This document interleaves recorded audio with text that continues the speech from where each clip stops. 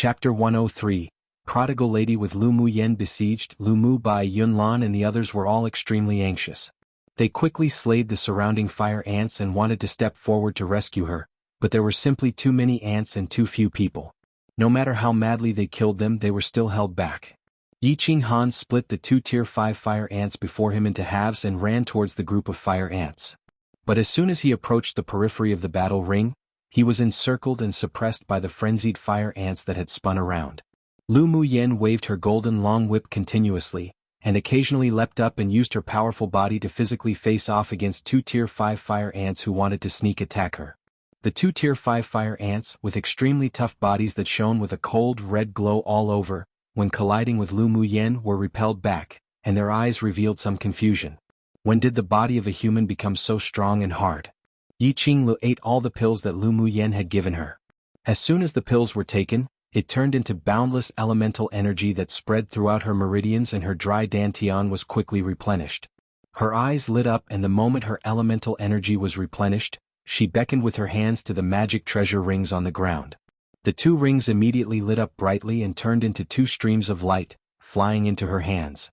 The wound on her leg also stopped bleeding thanks to Lu Muyen's medicinal powder. Even the torn opening was slowly healing. She threw her two rings, approached Lu Muyen, and fought with her back-to-back to deal with the besieging group of fire ants. Elder Sister Muyen, what do we do? Yiqinglu watched as the fire ants attacked them in groups. Her despair remained, but she still looked towards Lu Muyen with trust in her eyes. Lu Muyen wielded the golden long whip, and practically dealt fatal blows with each strike as fire ants fell in front of her one by one. A murderous aura that had never been revealed before rose on her. She took out another bottle of spiritual energy replenishing pills and stuffed it to Yiqinglu, reassuring, "Fight. The moment your elemental energy is exhausted, immediately replenish it. You must protect yourself well." "Yes." Yiqinglu took the white porcelain bottle that still carried Lu Muyen's body temperature. Seeing that at the same time as brandishing her long whip, she still unconsciously protected her from harm, a warm current rose in her heart. Aside from her elder brother, Lu Muyen was the first person to protect her with her life, and her eyes couldn't help but feel a little moist. Lu Muyen controlled the shield in front of her and separated it into 4 afterimages, enclosing Yiqinglu within. Then she narrowed her eyes and her lips rose in a daring arc. She tapped her foot lightly and flew straight into the group of fire ants. Did Lu Muyen go crazy? Not far away, those that slayed the fire ants while also focusing on Lu Muyen's battle saw her rush into the group of fire ants as if she were seeking death and couldn't help but let out a sound of surprise. Yener. Lu Mu Bei's expression changed drastically. Although he knew that his younger sister wouldn't do impulsive things if she didn't have any certainty, but he still couldn't help but feel his heart rise and hover in his chest. He headed towards Lu Muyen as he killed Muyen. Yunlan, Qi Xian and the others were also taken aback by her actions. Such behavior was undoubtedly suicide. What was wrong with her? Yiqinghan gritted his teeth, suppressed the shock and worry in his heart, then madly killed the fire ants to break through and join Lu Muyen. Lan Si, who had been able to temporarily free himself, couldn't help but reveal a worried look and headed quickly in Lu Muyen's direction. He couldn't let her fall here. Not far away, Lu Xiang, who was dealing with more than a dozen Tier 3 fire ants, revealed a gloating smile in her eyes. Lu Muyen, this trash was really stupid. She actually put herself in such danger for Yiqinglu, and now she acted even more stupidly, rushing into the group of fire ants to seek death. It seemed that even without her needing to act, this trash would still die without a grave. Xueling and xianxia also had the same thoughts as her. They all wished that Lu Muyen would just be torn apart and swallowed by the fire ant colony. When everyone all thought that Lu Muyen wouldn't live long, suddenly, a white shadow quickly shuttled through the crevices between the fire ant colony. Her golden long whip was fast, accurate and ruthless, piercing the weakest part of the fire ant's head where the demonic crystal was, either shattering the demonic crystal or pulling it out. Come and read on our website wuxialover site. Thanks. What stunned everyone even more was the fact that she frantically waved the long whip in one hand while holding a white porcelain bottle in the other, constantly pouring pills into her mouth. The fragrance of pills overflowed, and the people surrounding her who smelled the serene scent within the pills were shocked. This was definitely a high-level pill that was even more effective than the elemental energy-enhancing pill. How did she have so many? Lunatic, Lu Muyen, this woman's a lunatic.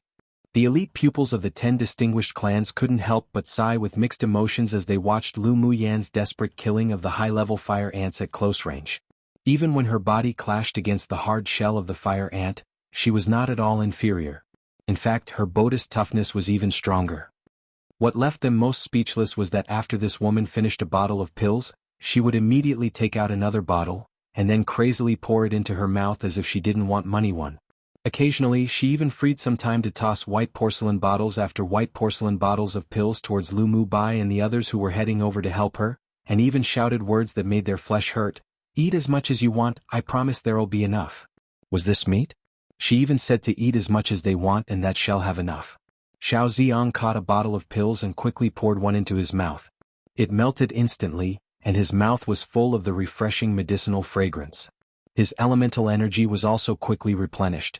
He didn't expect Lu Muyan's pill to actually be more than 5 times as effective as the elemental energy enhancing pill. Just what kind of pill was this? It was truly amazing. Wait, that's not right. Lu Muyan, this prodigal woman, was truly crazy. How could she waste such a pill like this? Lu Muyan, you lunatic woman, don't be so prodigal. Save a bit, save a bit. Xiao Ziong put the bottle away and shouted to Lu Muyan. As an alchemist, he firmly could not tolerate such prodigal behavior. Lu Muyan, this woman was just a complete prodigal lady. She might not feel distressed, but he felt distressed for her. Lu Muyan poured a few pills into her mouth, then when she heard Xiao Ziong's shout, the corner of her lips couldn't help but twitch. Just look at what's happening right now and he still wants to fuss about this? She lacked everything, but she just didn't lack this sort of low-level pill. Before coming to the glacial mountain range, she had already thought of numerous hazards, bought a bunch of spiritual herbs, and refined nearly 100 bottles of spiritual energy replenishing pills for emergencies. Idiot. Hearing Xiao Ziong still yelling, Lu Muyan glanced at him disdainfully and cast a look that made him shut up. Xiao Ziong felt that he was going crazy. Lu Muyan, that prodigal lady, just what sort of look was that? Was this how one squandered? Those were pills, not candy. Lu Muyan would naturally ignore Xiao Ziong's lamenting look. As soon as her spiritual energy was exhausted, the pills would immediately follow to replenish it. The golden long whip in her hand didn't stop for a moment, and whip by whip, it stabbed towards the fire ants around her. All everyone saw was a woman in white with an elegant figure, nimbly waving her long whip that shimmered with golden light. Her figure, like a ghost, wandered unbridled through the fire ant colony. Wherever she went, there would definitely be a fire ant with a bloody hole on its head where its demonic crystal had been lost. The thing that drove them completely nuts was that every few moments she would take out a bottle of pills, that even made them be unable to restrain their desire for it, then pour them into her mouth as if she didn't want money. How wild and arrogant her attitude was, and yet she gave people a feeling that this was how she was meant to be. But many people were still bleeding in their hearts. Lu Muyan, could you not be so luxurious? Many people had the urge to go up and snatch the porcelain bottle from her hand to stop her prodigal behavior. This woman wasn't only a complete battle lunatic, but also a complete prodigal lady. This was the deepest impression that Lu Muyan left on the elite pupils of the 10 distinguished clans during this battle. One popular Chinese colloquial saying that basically means someone doing something just completely without a care, usually used to describe someone doing something that appears really stupid and unprofitable. Chapter 104, Be Prodigal Together, Refreshing. Lu Muyan's fierceness and madness not only stunned the surrounding swordmasters but also completely angered the besieging fire ant colony.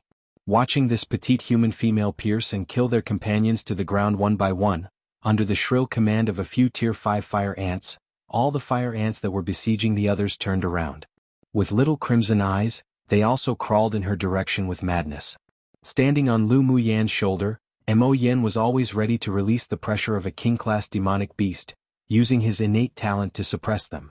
But he didn't want to expose it in front of all these people unless it was the last resort, otherwise it'd be detrimental to Lu Muyan. What are you all doing looking stunned?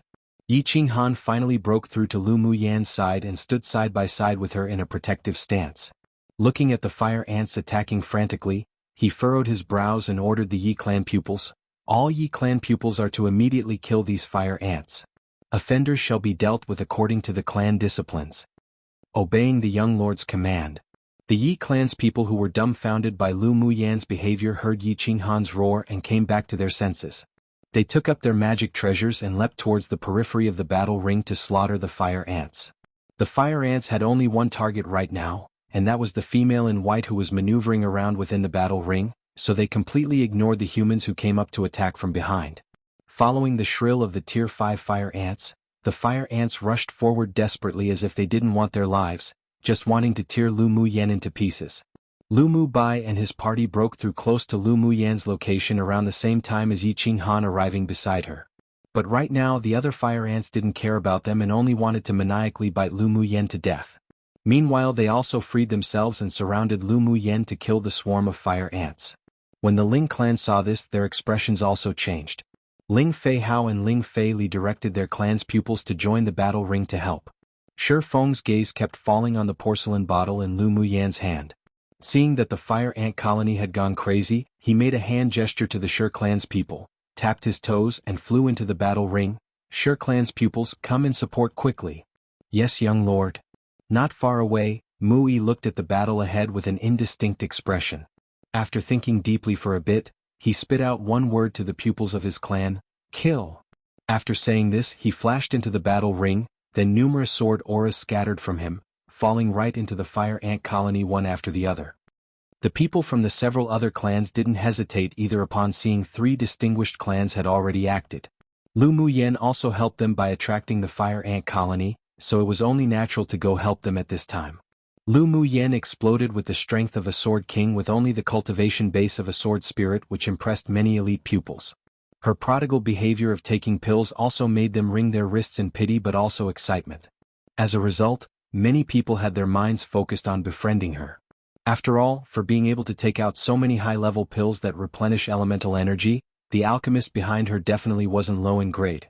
Many pupils of the Xan clan and Shui clan were also a little excited when they saw that the others had joined the battle to help, but the 2 young ladies who were in charge were both silent. They could only you look at me and me look at you, unsure of whether they should or shouldn't help out. Shueling, you're not going to help? Xian Xian folded her arms, and her expression was terribly grim. Seeing Yi Qinghan desperately guarding that bitch beside her, she just wanted to go and tear her up. Shueling sneered, naturally, well, go. Could they not go up in this situation? It wasn't like she was a fool.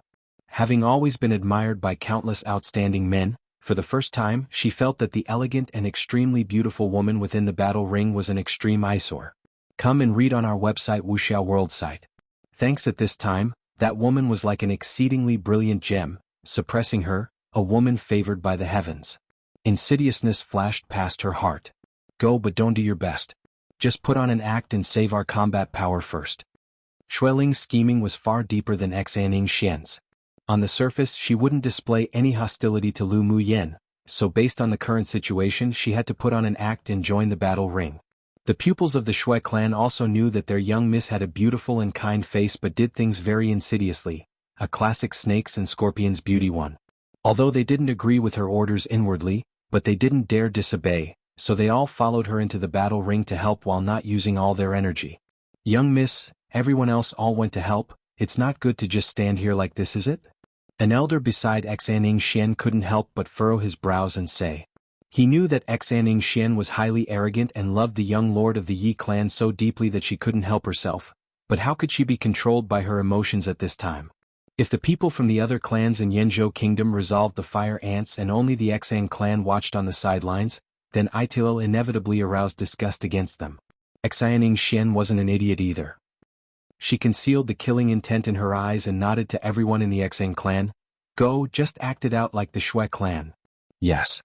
Hearing that Xian Xian hadn't lost her reason because of Yi Qinghan's situation yet, the rest all felt a sense of relief.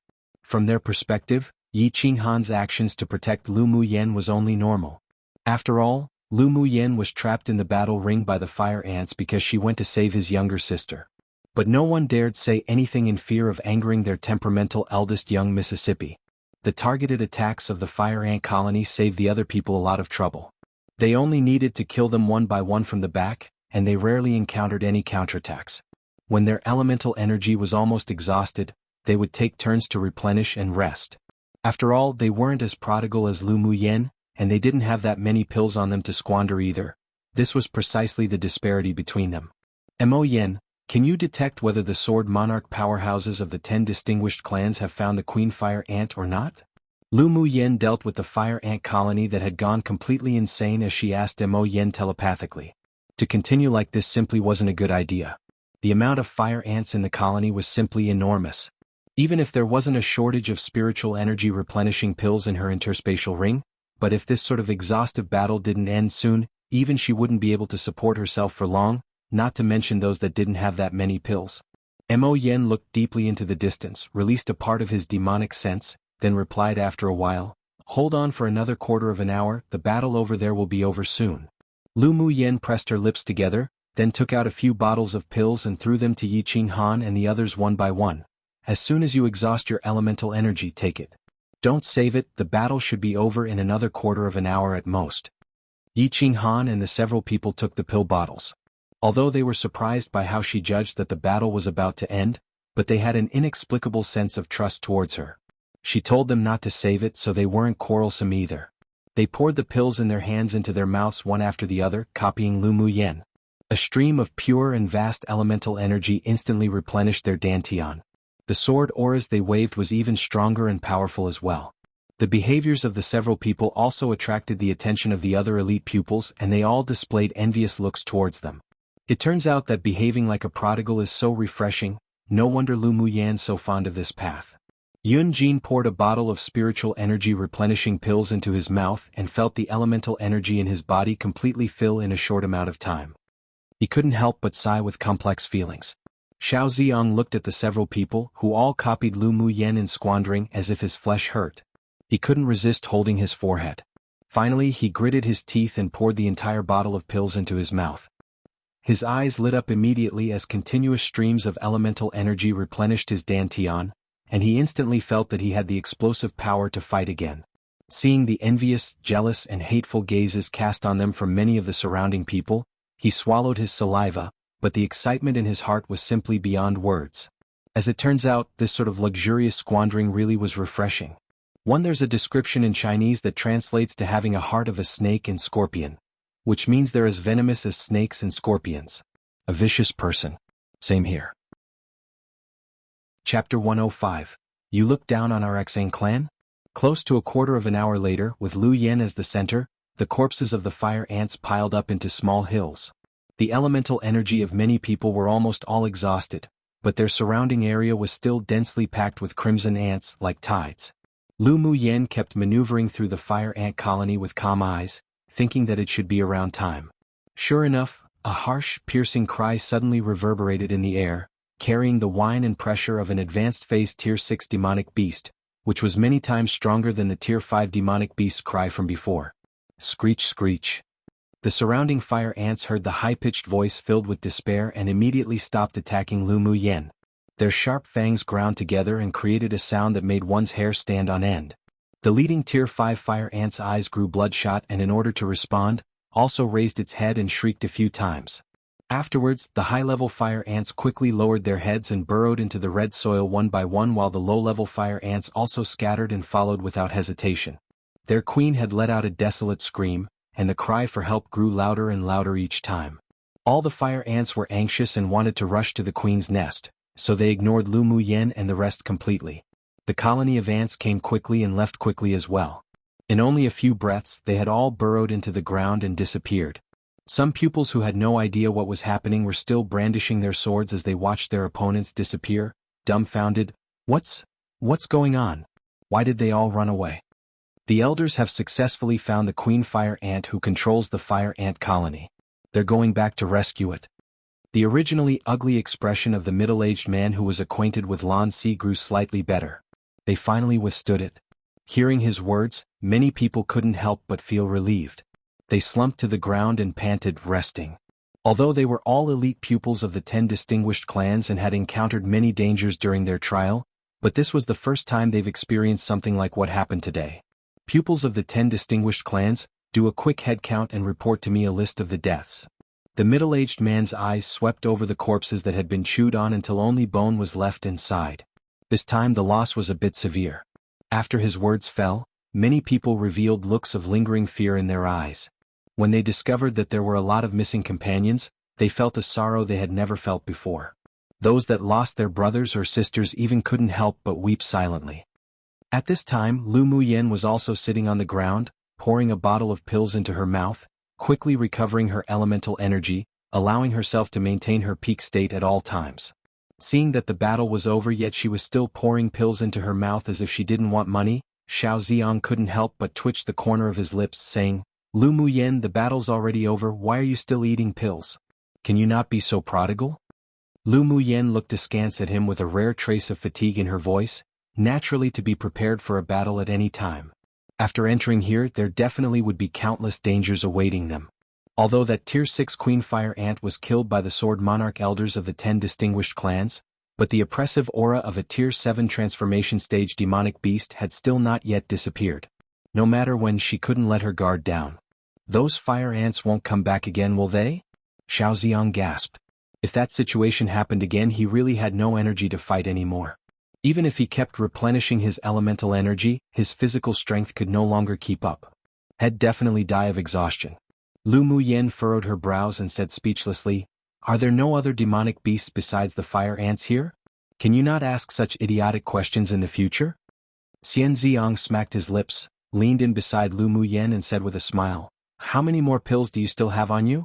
How about taking out a few more pills and let us replenish our elemental energy too? Come and read on our website wuxialover site." Thanks. Although he was a grade 1 alchemist, but his pill rate was too low. There were at most only 1 or 2 pills in each batch, and he couldn't even guarantee that he wouldn't waste a batch either. The grade 2 elemental energy enhancing pill they took earlier were all bestowed by the clan. He couldn't possibly refine it himself, let alone be as luxurious as Lu Muyen. Lu Muyen had always been generous to the people she acknowledged. She casually took out more than a dozen bottles of spiritual energy replenishing pills and threw them to Xiao Ziong and the others, as well as a few bottles to the Ling clan and Yi clan. Xiao Ziong opened the lid of the bottle and counted them. There were 5 pills altogether. His eyelids twitched uncontrollably. Why was it that the pills that were exceptionally precious in their hands were so worthless in her hands? Comparing oneself to another could definitely infuriate oneself to death. He carefully poured one out and put it in his mouth, then meditated to recover elemental energy, not acting so prodigal like he did during the battle earlier. Such a luxurious act certainly was refreshing, but in retrospect his flesh still hurt badly. The conversation and actions of the two naturally attracted the attention of the others. They couldn't help but hold their forehead at Lu Muyen's behavior of casually tossing out pills. Did this woman actually know the value of pills? Could she not be this prodigal? Even if she wanted to be prodigal, at least give them some too. Standing not far away, Shifeng kept staring at the white porcelain bottle in Lu Muyen's hand. His eyes grew darker, and amidst the voices of jealousy and envy of the other clan's pupils, he walked in front of her and said bluntly without any expression, "Lu Muyen, can you show me the pills in your hand?" When he was fighting earlier, he smelt the pill fragrance and felt that it was extraordinary. Not to mention he hadn't seen this sort of pill that replenished elemental energy so quickly, unless they were grade 3 or grade 4 pills. But when he accidentally saw the quality of the pill, it seemed to appear a lot like a grade 2 pill, so he couldn't stop the desire for exploration in his heart and walked up to ask. Lu Muyen remembered that in addition to the Yi clan and the Ling clan earlier, Shifeng was the first to lead the pupils of his clan forward to help in the battle, and didn't handle it like the Shui clan and the Xan clan, so she nodded with a smile, took out a bottle of pills and handed it over. "I'll gift it to you." Xiao Ziong looked at Lu Muyen speechlessly. This prodigal lady, could she not be this generous? Shifeng also revealed slight surprise on his face, but apart from his enthusiasm for pills, he didn't like to ask until the roots of things regarding anything else. So he nodded, thanked her, took the pill and walked right back to his original place. He opened the lid of the bottle and poured out a rotund and smooth white pill, pinched it between 2 fingers and sniffed it.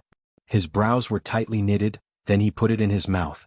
Immediately, his eyes that usually didn't display much emotion revealed an indescribable shock. Looking at his expression, everyone knew that this pill was extraordinary, and they all cast their gazes to Lu Muyen. "Young lord, eldest lord sure could even obtain a bottle. We also went up to help fight just now, how about you also try?" A young man beside Mui squinted and urged. Mui chuckled, and a meaningful arc rose on his handsome face. "Sure." After saying that, he walked straight to Lu Muyen. Lu Muyen raised her head and looked at Mui, who walked over. She also knew what he wanted to do, so she directly took out a bottle of spiritual energy replenishing pills and handed it to him. "He'll also gift you guys a bottle too." Mui took the white porcelain bottle with a thoughtful look and said with a smile, Lu Muyen, you're very interesting, thanks. Lu Muyen was too lazy to guess what he meant by interesting. But when she glanced at the surroundings to check for any unusual activities, she discovered that the decision-makers of the various distinguished clans were all waiting to act. She took out 6 more bottles and stuffed it to Xiao Ziyang, saying, "Go give these 6 bottles of pills to the other clans aside from the Shui clan and Xan clan." "Have you gone crazy?" Xiao Ziyang hugged the porcelain bottle like a hen guarding her chicks, his eyes opened wide. Lu Muyen looked askance at his stupid appearance, displeased, and said in an impatient voice, "Don't be so short-sighted. With just this bit of pills and you can't find north, south, east, west anymore? Go quickly." Xiao Xiang feared that she would scheme against him, so he stood up and reluctantly went to deliver the pills. Except, when he just finished the delivery and sat back down in his original position, he heard an angry voice sound.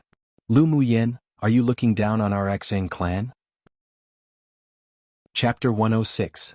Tear apart all pretenses. As soon as Xianxia Xian's words fell, everyone's gazes fell on Lu Muyen. Lu Muyen raised her head, her eyes as indifferent as before, and her voice was cold. Young Miss Xan must have mythomania.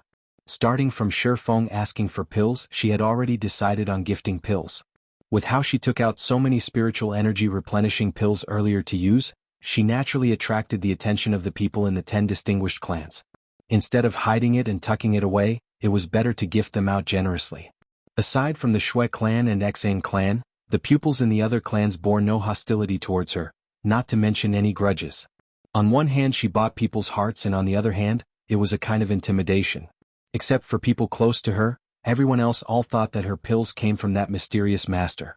Being able to produce so many grade 2 spiritual energy replenishing pills was also a way to tell everyone that the master no one had seen before pampered her very much. Those who wanted to target her and the Lu clan should weigh their consequences first. She wasn't afraid of provoking anyone, but if she could use a tiger's skin to be her banner one, then she naturally wouldn't be so stupid as to tell everyone that the pills were refined by herself and that there simply wasn't any mysterious master behind her. Xianxia Xian was choked by Lu Muyen's words, especially when she saw Yi Qinghan cast a cold and displeased look at her. Her entire chest felt ablaze with anger and jealousy, almost made her lose all reason and go up to tear Lu Muyen apart. "If you don't look down on the Xian clan, then why did you gift pills to the 10 distinguished clans, all but the Xian clan and Shui clan?" Xianxia Xian was able to get along so well in the Xian clan like fish in water not only because of her father. She was wild and arrogant but wasn't completely brainless. After thinking a little, she suppressed the anger in her chest and pulled the Shui clan down the water together.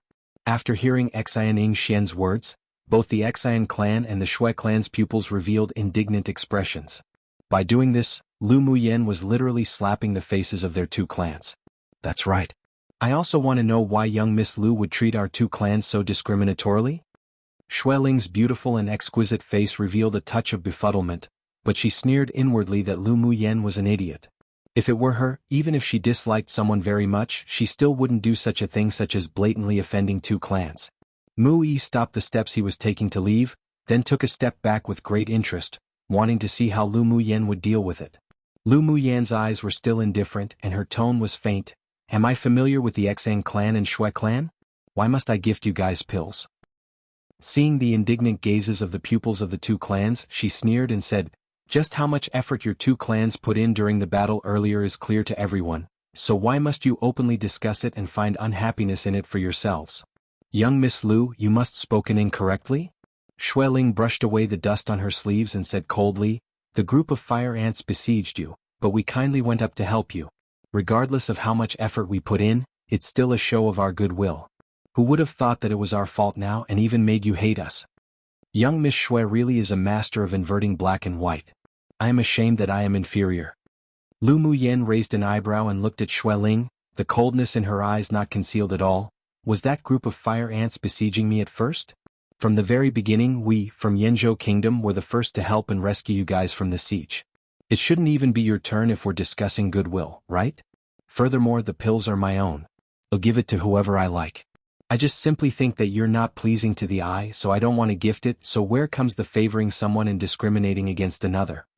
The situation of Shui Ling annulling the engagement between her and Ling Fei Yang was known by all. She just simply considered this woman not pleasing to her eyes, and she was even less afraid to speak it out loud and offend this extremely hypocritical woman. "Lu Muyen, Are you trying to tear apart all pretenses with the Xian and Shui clan? Xianxia saw how clever Lu Muyen was with her words, and how Xueling's skills with her mouth simply wasn't her opponent, so she didn't want to go in circles anymore, directly bringing out the Xian and Shui clan. She just didn't believe that this woman wouldn't have any fear against them. Seeing that Xianxia took the initiative to take on the conversation again, Xuelin swallowed what she wanted to say, but the killing intent in her eyes kept circulating. Lu Muyen chuckled, and there weren't any ripples in her eyes as she spoke gently, completely indifferent. You say tear apart all pretenses, then let's tear apart all pretenses. You think you'll be afraid? You're seeking death.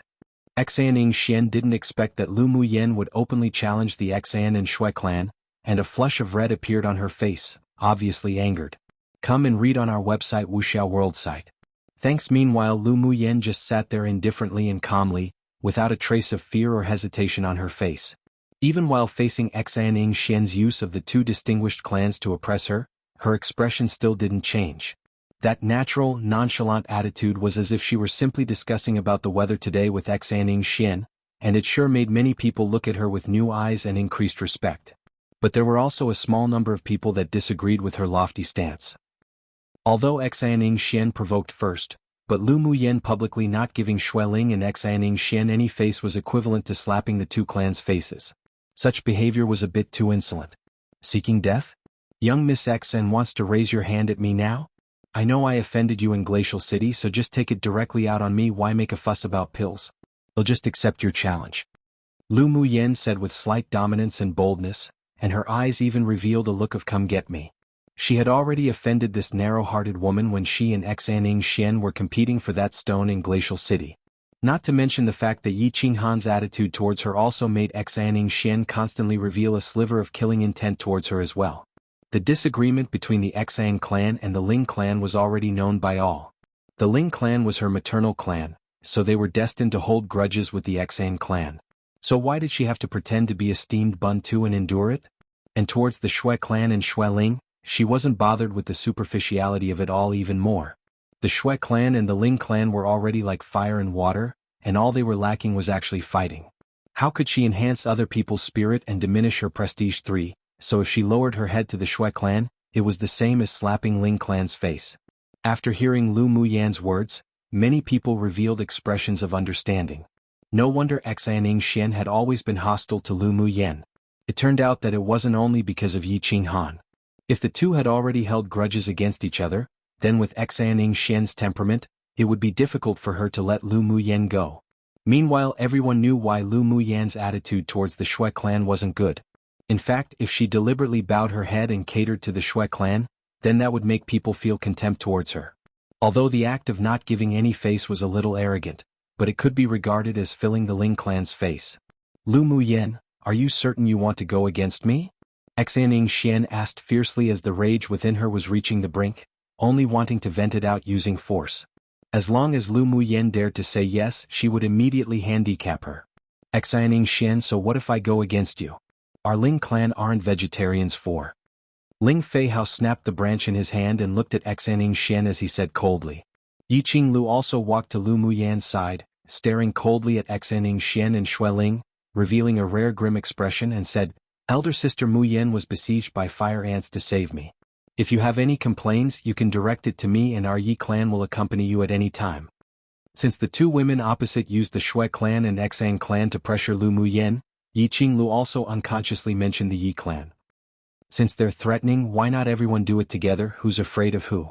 Yiqing Lu, this is between us and Lu Muyen. What do you mean by sticking a leg into this business? 5? Xianxia had never only hated Xueling, that one woman, but also Yiqing Lu, who had never had a good attitude towards her. Now she added another Lu Muyen. Yiqing Lu put her hands on her little pretty waist, raised an eyebrow and said, Elder Sister Muyen's business will be my business from now on. If you dare bully her one bit, I'll pay you back tenfold. After she finished speaking fiercely while glaring, she turned to xuanhuan to seek praise and said, Right, elder brother. Xuanhuan thought it funny as he clenched his fist, brought it to his mouth and coughed into it. Then he nodded solemnly, Lu Muyen is our Yi clan's benefactor. Whoever touches her is equivalent to opposing our Yi clan. His words were also announcing to everyone that from now on, whoever dared touch Lu Muyen would become an enemy of the Yi clan. One literally means to use a tiger skin as a banner/flag, perhaps during battle. Figuratively means to intimidate someone by using the power of another, often to trick someone. 2 Internet slang meaning to act weak and hopeless. I guess just imagine how soft buns are. 3 A common saying usually used to encourage others not to belittle themselves by putting others on the higher pedestal. 4 Used colloquially to mean that they aren't weak and they should be reckoned with. 5 Like sticking your nose into someone else's business. Chapter 107. The pressure of the Xuan clan sword sovereign. The moment Yi Qinghan's words that defended Lu Muyen came out, the faces of many people present changed. The elite pupils of the other 9 distinguished clans all knew Yi Qinghan's position in the Yi clan. The power of his words were basically the same as the head of the Yi clan. Within the 10 distinguished clans, the Alchemist clan, Shi clan, the Beastmaster clan, Yi clan, and the Smith clan, Mu clan, had never interfered in the disputes between the rest of the 7 distinguished clans, always keeping to themselves and remaining neutral. Regardless of whether it were their foundations or strength, or the rare professions that the sword masters of the 3 clans possessed, the other 7 clans simply dared not provoke and offend at all. This time, with Yi Qinghan's obvious defensiveness, did it mean that the Ling clan might board the big ship one that is the Yi clan through Lu Muyen this string?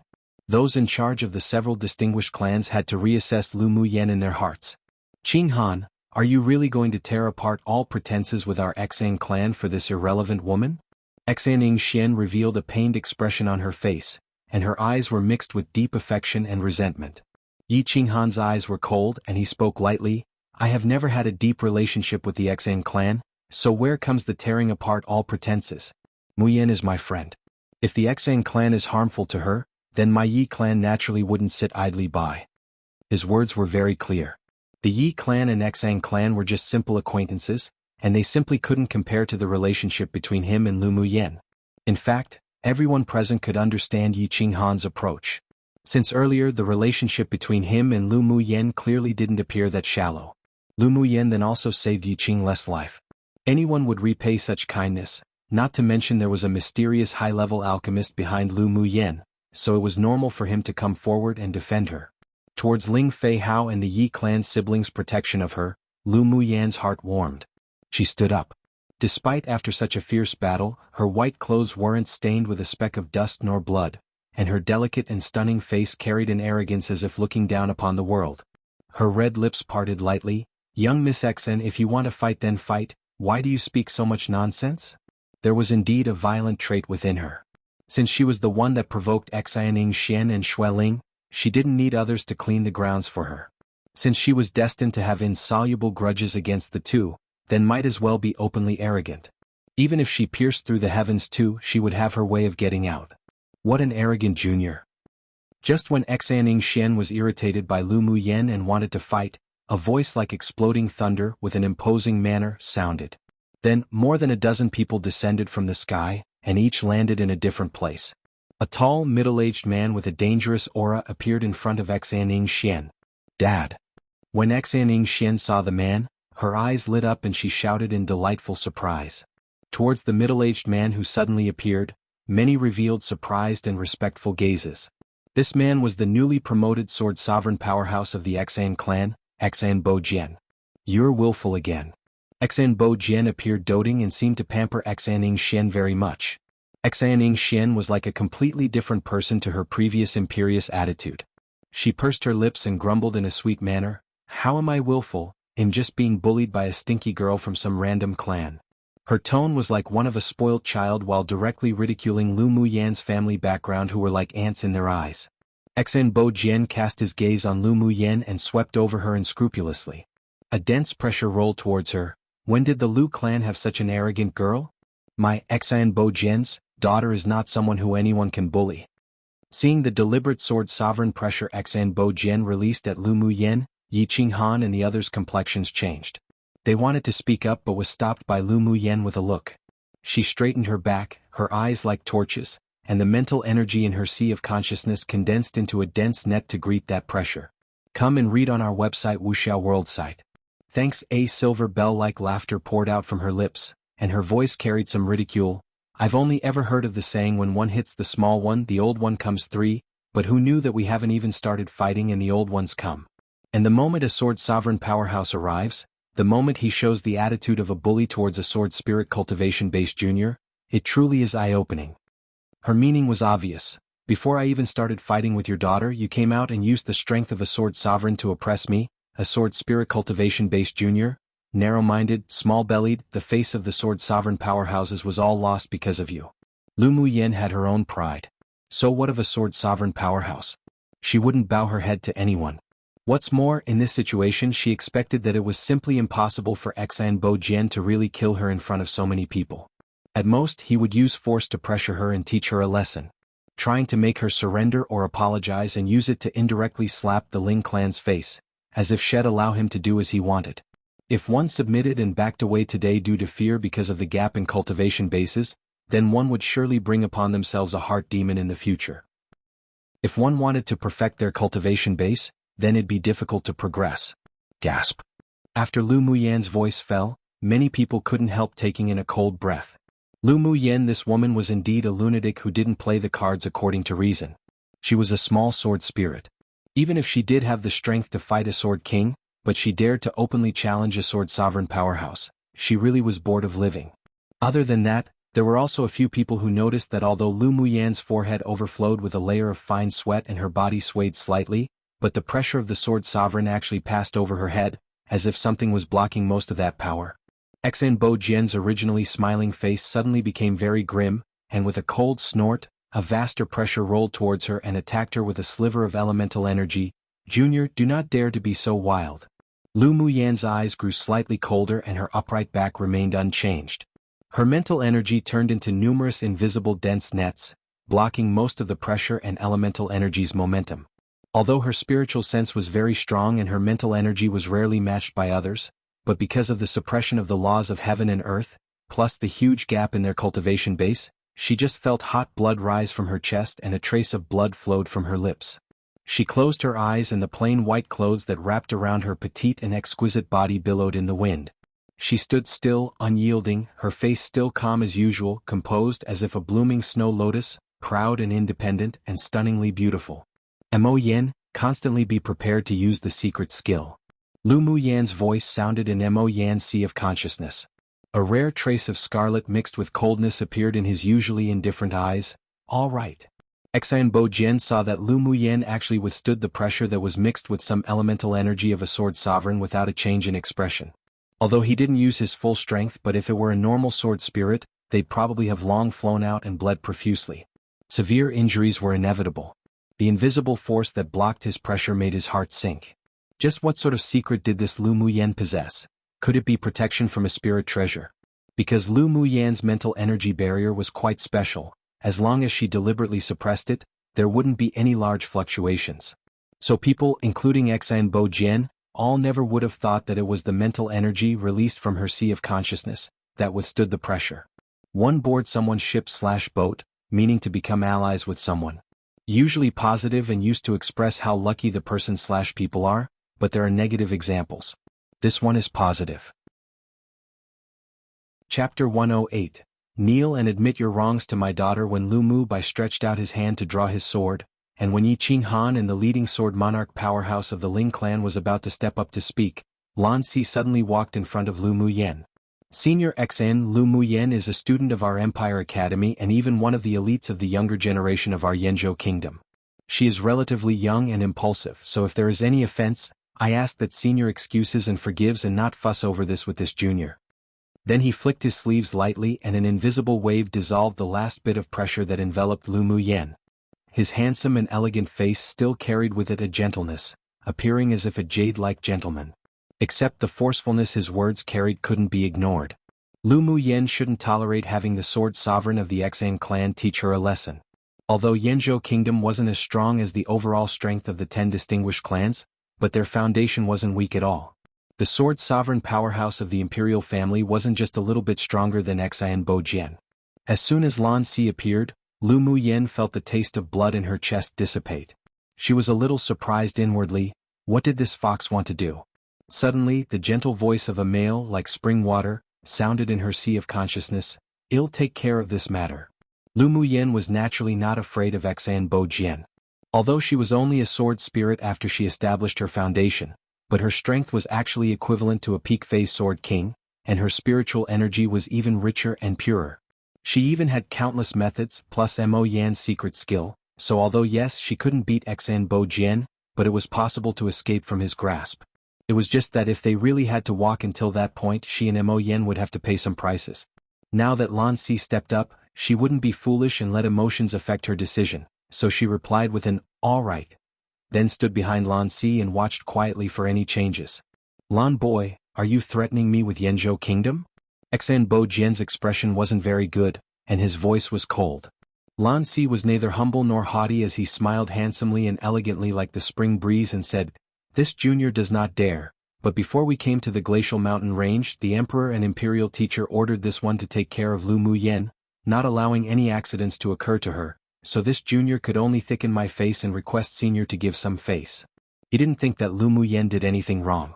From the very beginning it was the young miss from the Xan clan that was aggressive and pressing. To think this sword sovereign powerhouse wasn't embarrassed to involve himself in the situation between the younger generation. Lan Si sure felt like he lost face for him. If Xan Bo Jian didn't give face, then he could only tear apart all pretenses. Lu Mu Yen wasn't just the granddaughter of the Ling clan's patriarch but also a trial student of Yanzhou Kingdom. Plus, he also had some selfish motives, so as long as he was here, he'd definitely protect her. I need to give a young boy who had only recently advanced to sword monarch some face? No wonder the students of your Empire Academy are so wild. It turned out that they were all like your principal, being taught verbally and by example. Before advancing to a sword sovereign, Xan Bo Jian had a deep grudge against Yuan Li, and even had a sense of hatred towards the entire Empire Academy of Yanzhou Kingdom because of it. So towards Lan Si, who was also a teacher of the Empire Academy, he also disliked. And Lu Mu Yen wasn't only a student of Yuan Li's academy, but also a part of the Ling clan, their enemy they want to eradicate. That's why today he would lower himself and use his daughter's words to take advantage of the situation and humiliate Lu Mu Yen. As such, he could not only slap Yuan Li's face, but also let the Ling clan lose face together. Originally he thought that Lu Mu Yen, that little junior, would definitely be forced to subdue. Then Hell let her bow and apologize to his daughter in public, humiliating the Ling clan as well, but he didn't expect that this stinky girl was a person who knew no fear and was an exceptionally arrogant tough bone. The fact that Lu Mu Yen refused to lower her head and even spoke with ridicule not only let him not achieve hitting Yuan Li and Ling clan's face, but actually allowed someone to say that he, a sword sovereign, oppressed the weak. This feeling of being confronted and counterslapped in the face by a junior truly made him angry. He was precisely oppressing the weak, but what can anyone do to him? The most important thing was that there was an intuition deep in his heart that he must not let go of Lu Mu Yen, this little junior, today, otherwise there'd be endless troubles in the future. Lan Si's handsome and elegant face was also dyed with a bit of anger. If it weren't that his identity couldn't be easily exposed, he definitely would have torn Xan Bo Jian's body into thousands of pieces. Then what does senior desire? Come and read on our website wuxialover site. Thanks. In fact, we don't need to fight like this either. As long as the girl of the Lu clan kneels down to my daughter and admit her wrongs, then this matter will be over. Otherwise don't blame me for not being courteous. Xan Bo Jian looked at Lan Si and Lu Mu Yen with belittling and despise. He really didn't put these two people at heart. An unprecedented storm was brewing in Lan Si's eyes and the slender fingers under his sleeves were prepared to form seals. Lu Mu Yen sneered and said in an extremely arrogant manner, "Sure enough, both father and daughter all have mythomania. The upper beam is not straight so the lower beam's crooked too. One. Make her kneel? What a huge joke. She, Lu Mu Yen, hasn't bowed down to anyone in her 2 lives. A puny Xan Bo Jian was worthy? She knew that whether she yielded or remained firm today, this sword sovereign from the Xan clan would still want to humiliate her regardless. If she really knelt and admitted her wrongs, not only could the Lu clan and Ling clan lose face, but from now on she probably should never even bother thinking about advancing into the ranks of the strongest. Wow! Hearing such arrogant words from Lu Mu Yen, countless people couldn't help but be shocked and puzzled. Was it that this lunatic didn't want her life? You're courting death. Xan Bo Jian showed unprecedented killing intent in his eyes. His right hand formed hand seals and a column of water tore through the air and turned into a blue Jiao dragon, whizzing towards Lu Mu Yen. Lu Mu Yen raised her head and stared at the Jiao dragon formed by water elemental energy condensation. So this was strength displayed by a sword sovereign powerhouse? It was indeed condensed rather like a Jiao dragon, but it only looked like the real thing and wasn't one. Xianbo Jian's water attribute elemental energy law was still far from being comprehended to perfection. Her gaze locked onto the roaring Jiao dragon that flew towards her as her two hands formed hand seals quickly in the air. Traces of fire elemental energy overflowed from her body, and she instantly became a flaming person. Roar! A fire dragon rushed out from behind her with thunderous momentum, raised its head in the air and roared. There were transparent jade runes that wound around the fire dragon, constantly circling the dragon's body, looking mysterious and unusual. The water Jiao dragon, with the elemental energy pressure of a sword sovereign powerhouse, wiped out everything in its way as lines upon lines of cracks formed, like autumn wind sweeping away fallen leaves, directly attacking towards Lu Muyan. Lu Muyan's eyes remained cold, and her face was still light like the wind and clouds as her slender jade-like hands flipped a few times. Her lips spit out a word gently, "Go!" All one saw was the fire dragon whistle into the sky from behind her, as if stepping on clouds and mist. With a spin, it directly greeted the Jiao dragon. The one water one fire elemental energy condensation of the two people stunned everyone. But everyone could all feel that in resemblance to the real thing, Lu Muyan's appeared to be closer. But it was a pity that due to the difference in cultivation base in terms of the pressure and momentum, the fire dragon was still a lot weaker than the water Jiao. Lu Muyan never expected her own fire dragon, made from fire elemental energy condensation, could win that water Jiao.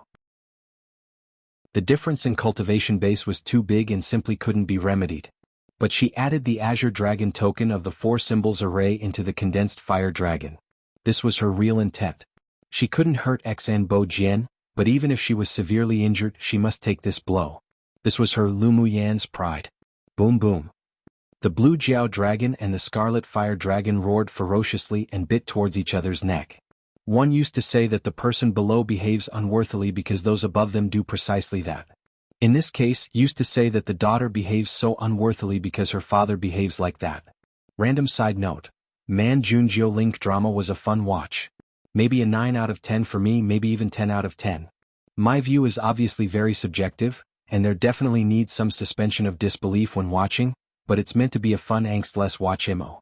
It actually feels like a drama that might follow the novel's plot quite closely because the situations that occur appear a lot in historical novels that I've read but hardly appear in actual drama, maybe because of that suspension of disbelief. And yet I love it so much. Especially a female lead who's actually intelligent and mentally strong.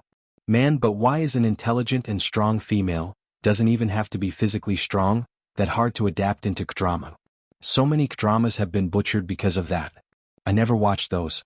Now I wonder if Rookie Agent Rogue will be too dark/political/heavy for me? Zanilia Zhao's, aka Zhao Liying's, dramas are usually good, but there were some I didn't watch because the plot wasn't my cup of tea. Let's see how this goes. Chapter 109. Although defeated, but with honor. When the two clashed, the power of the blue and red instantly burst into a dazzling light. The earth trembled and shook a few times as the overflowing power of the two swept across the surrounding area. Everyone quickly mobilized the double-layered defense of an elemental energy shield plus a defense-type magic treasure. Crack. The surrounding trees all collapsed, creating loud cracking noises. Lu Muyan started fixedly at the cluster of light in midair. The fire dragon gradually disappeared, and although the blue Jiao's color dimmed quite a bit, it still flew towards her with terrifying force, breaking through the red, foggy light without stopping. Most of the spiritual energy within her body was used for the fire elemental energy condensation. She could only use the remaining bit of spiritual energy to turn into a transparent circle of light to envelop herself. With a snap of her fingers, the jade runes on the fire dragon instantly rotated. A palm-sized jade-colored transparent azure dragon emerged from the disappearing fire dragon and arrived first in front of Lu Muyan at the speed of lightning. Boom boom. Although the jade-colored rune dragon was small, but the power that burst from within wasn't weaker than the previously condensed fire dragon.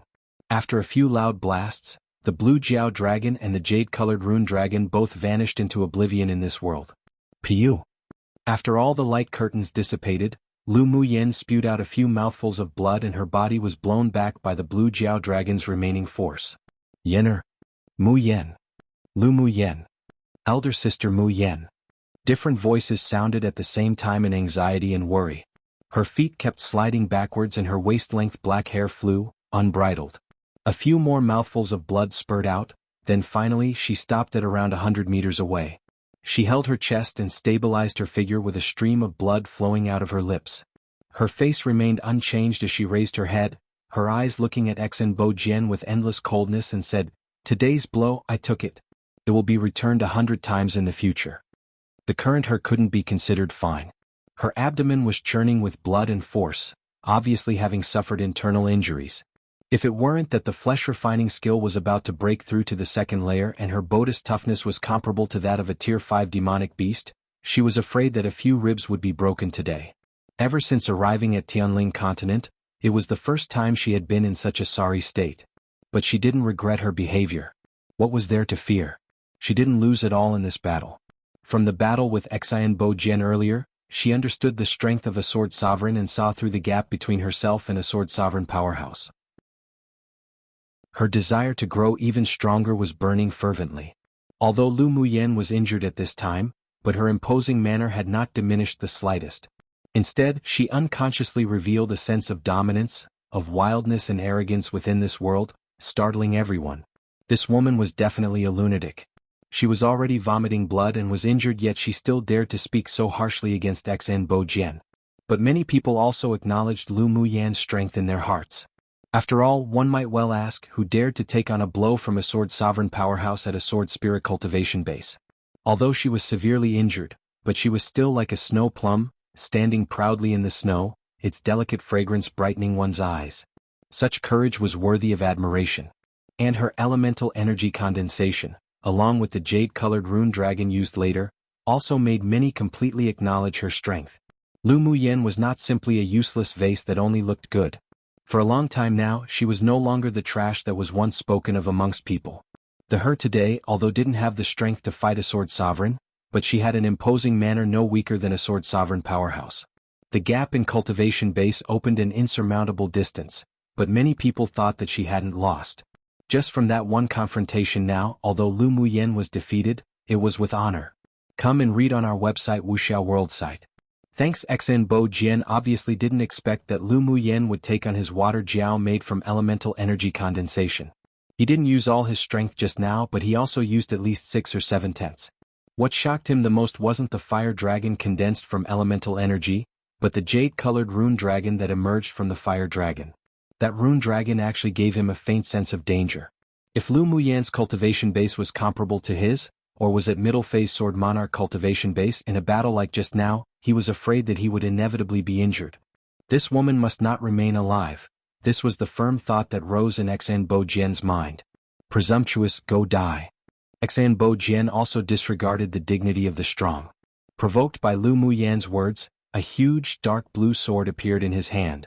He channeled 8 or 9 tenths of elemental energy into it, then he swung hard. An even more violent and raging sword aura erupted, which was even stronger than the Jiao dragon made from water elemental energy condensation. The violent gust of wind, combined with a sword aura, headed directly towards Lu Muyan's forehead. Mo Yen. Lu Muyen rubbed the blood on her lips and looked at Xen Bo Jian raising his sword with coldness and indifference in her eyes. Mo Yan's eyes grew cold, and the pressure of a king-class demonic beast gradually spread out. When he was just about to use his innate talent to fight together with Lu Muyen, suddenly a sword aura that was not weaker than Xen Bo Jian's came from the side. Hoo! 2 sword auras clashed instantly, but unexpectedly, it didn't explode with any energy fluctuation. The sword aura that came from the side seemed to carry a power that contained the heaven and earth, instantly merging with Xen Bo Jian's sword aura, and then squeezed out from a small crack in space. Neither of the 2 sword auras affected the people present. Then the space rift that had been forcibly torn open quickly closed and a voice came from xuanhuan's direction. Xen Bo Jian, that is enough. Don't lose the face of a sword sovereign powerhouse. At this moment, a handsome and beautiful silver-haired man suddenly appeared beside xuanhuan with a very gentle and soft smile on his face, as if he could pardon everything. Seeing that the crisis was temporarily resolved, Mo Yen immediately dissipated the king-class pressure that was about to take form, taking the chance when people weren't paying attention. The demonic energy that was churning inside his body returned to calmness. The hand seal that Lan Si was forming within his sleeves also instantly came to a stop. He calmed down and retracted the power in his dantian that was about to open a layer of his seal. Yizhan. Xen Bo Jian looked at the person that arrived and his pupils constricted. Hearing Xen Bo Jian's voice, The eyes of all the people present turned to the silver-haired man in black clothes who just appeared. Yi Zhan, the youngest sword sovereign in the Yi clan and even among the 10 distinguished clans. At only 26, he had stepped into the ranks of a sword sovereign powerhouse and became the peerless genius of the 10 distinguished clans that was hard to find even in 100 years. His talent and strength, compared to the strongest talented elites of the other 3 regions on this continent, was only superior and not inferior. He was also the idol in the hearts of countless elite pupils of the 10 distinguished clans. Yi Zhan, are you going to intervene now? Xan Bo Jian's expression was fearfully grim. He didn't expect that Yi Qinghan and Yi Qinglu was actually able to invite Yi Zhan to help Lu Muyen. This man who was always wearing a tolerant and soft smile made Xan Bo Jian dislike him extremely. Although Yi Zhan, who had just passed 30, hadn't yet broken through Sword Sovereign to the next step, but even he couldn't see through the strength of this person. What made him most afraid was that Yi Zhan also had a Tier 7 spirit pet at the transformation stage. If he went against Yi Zhan today, he definitely wouldn't be his opponent. The Lu clan's little girl saved my clan's Qinglu before, so you tell me whether I should make a move or not? Yi Zhan wore a smile on his face and his voice was as clear as spring water, but it made people feel a chill for no reason. Chapter 110. Saved from the predicament. The appearance of Yi Zhan also made Lu Mu Bai and the others, as well as the sword monarchs of the Ling clan, feel relieved. Yi Zhan, are you really going to meddle in other people's business today? Xan Bo Jian's eyes were full of dark haziness. He originally wanted to kill Lu Muyen here today, so even if he returned from the glacial mountain range, it would be too late for the Ling clan and Lu clan to even complain. Except he completely didn't expect that Lu Muyen would save Yi Qinglu earlier, and there was also an unclear relationship between her and Yi Qinghan. Now that Yi Zhan appeared, it seemed that he wouldn't be able to kill her anymore. Yi Zhan nodded lightly, naturally. As a sword sovereign expert, why fuss with a little girl at sword spirit strength? This time, how about for the face of our Yi clan you let it be? It wasn't that it was impossible for Yi Zhan to insist and exert pressure on Xan Bo Jian to resolve this if he wanted to, but the birth of the heavenly frost golden crystal was imminent, and time didn't allow them to cause trouble again. Now he gave Xan Bo Jian a step to back down, but if this person still insisted on acting against Lu Muyen, then he could only use force to resolve it. The look in Xan Bo Jian's eyes were cloudy and uncertain, very cryptic. Then finally, he swept his gaze over Lu Muyen coldly and said, "All right. This time, he'll spare her life for the sake of the Yi clan's face. If there's another instance of this, I will definitely not hold back. As such, I thank Fourth Master Xan." Yi Zhan's tone was light, and he automatically ignored Xan Bo Jian's threatening words. With his temperament, if it were under normal circumstances, he wouldn't even talk nonsense with Xan Bo Jian. Xan Bo Jian was the most hopeless sword sovereign among the 10 distinguished clans. In the future, his cultivation base would probably stop at sword sovereign. But he felt that on Lu Muyen, there was a flourishing aura like the rising sun from the east in its early bloom, full of preserved energy ready for the future. After watching the battle just now, he came to a conclusion. How is this woman a fish in a pond? Upon greeting a storm, a dragon she will become one. Lu Muyen lowered her eyes and concealed all the killing intent in them. The Xiang clan was truly pushing people too hard. She would definitely make the Xiang clan pay a heavy price in the future. Dad! Xianxia couldn't help but yell out. Today was the perfect opportunity to get rid of Lu Muyen. Xan Bo Jian also had anger that was unable to be dispersed. But the current situation didn't allow him to directly confront Yi Zhan. Putting aside Yi Zhan's own extraordinary abilities, it wouldn't be worth offending the Yi clan just to kill a junior. Shut up. Let's go. Xan Bo Jian glanced at Xianxia coldly, preventing her from continuing to speak. Then he waved his hand and turned around, leaving the woods with the Xan clan. He'll definitely have you die next time. Xianxia stomped her foot. Before she left, she had turned around and looked at Lu Muyen viciously, then left unwillingly after leaving the harsh words. Lu Muyen sneered inwardly, "The next meeting, he'll definitely have you die too." She took out a bottle of pills for healing from her interspatial ring and poured it into her mouth. A coolness instantly spread all over her body, suppressing that painful heat in her chest quite a bit, and the churning state of her abdomen also stopped. She raised her head and looked at Yi Zhan, saying, "Thank you greatly, Senior, for helping me." She had her ways to escape without Yi Zhan, but she naturally owed a personal favor to this person since he acted. A faint smile rose on Yi Zhan's lips, and his voice was as sweet and cold as spring water. "No need.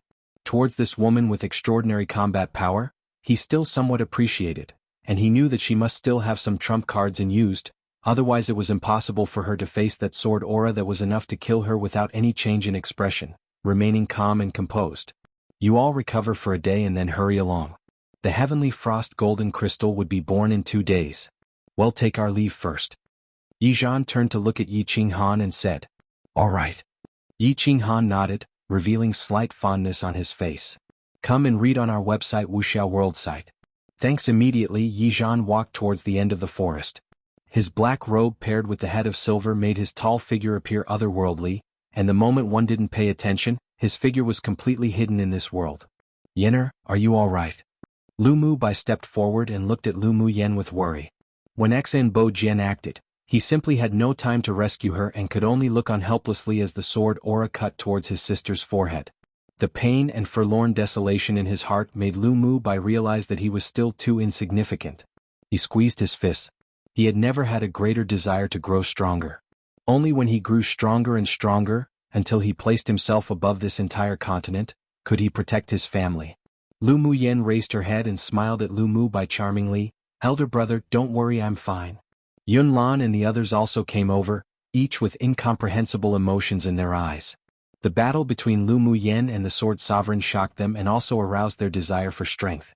Yi Qinglu walked beside Lu Mu Yen and held her wrist affectionately, her eyes filled with admiration. "Elder sister Mu Yen, you're so amazing.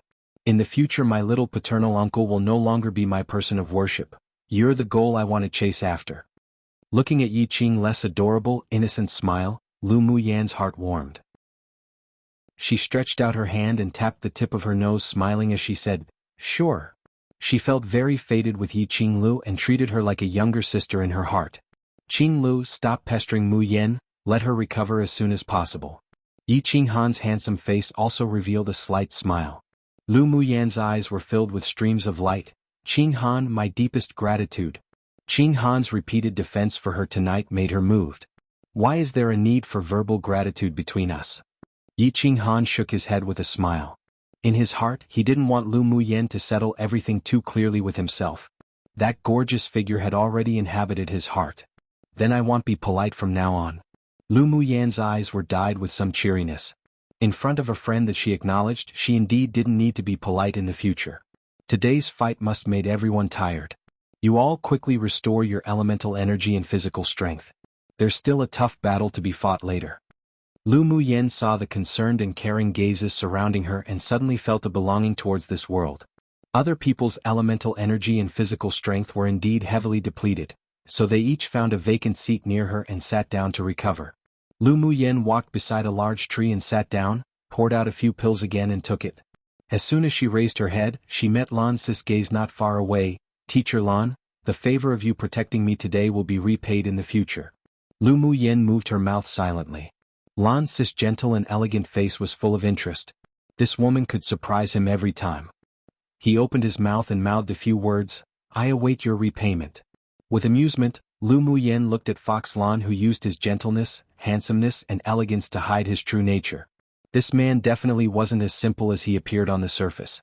Before Yi Zhan acted, she felt a fluctuation of an array seal from Lan Si. She was certain that this man had hidden his strength.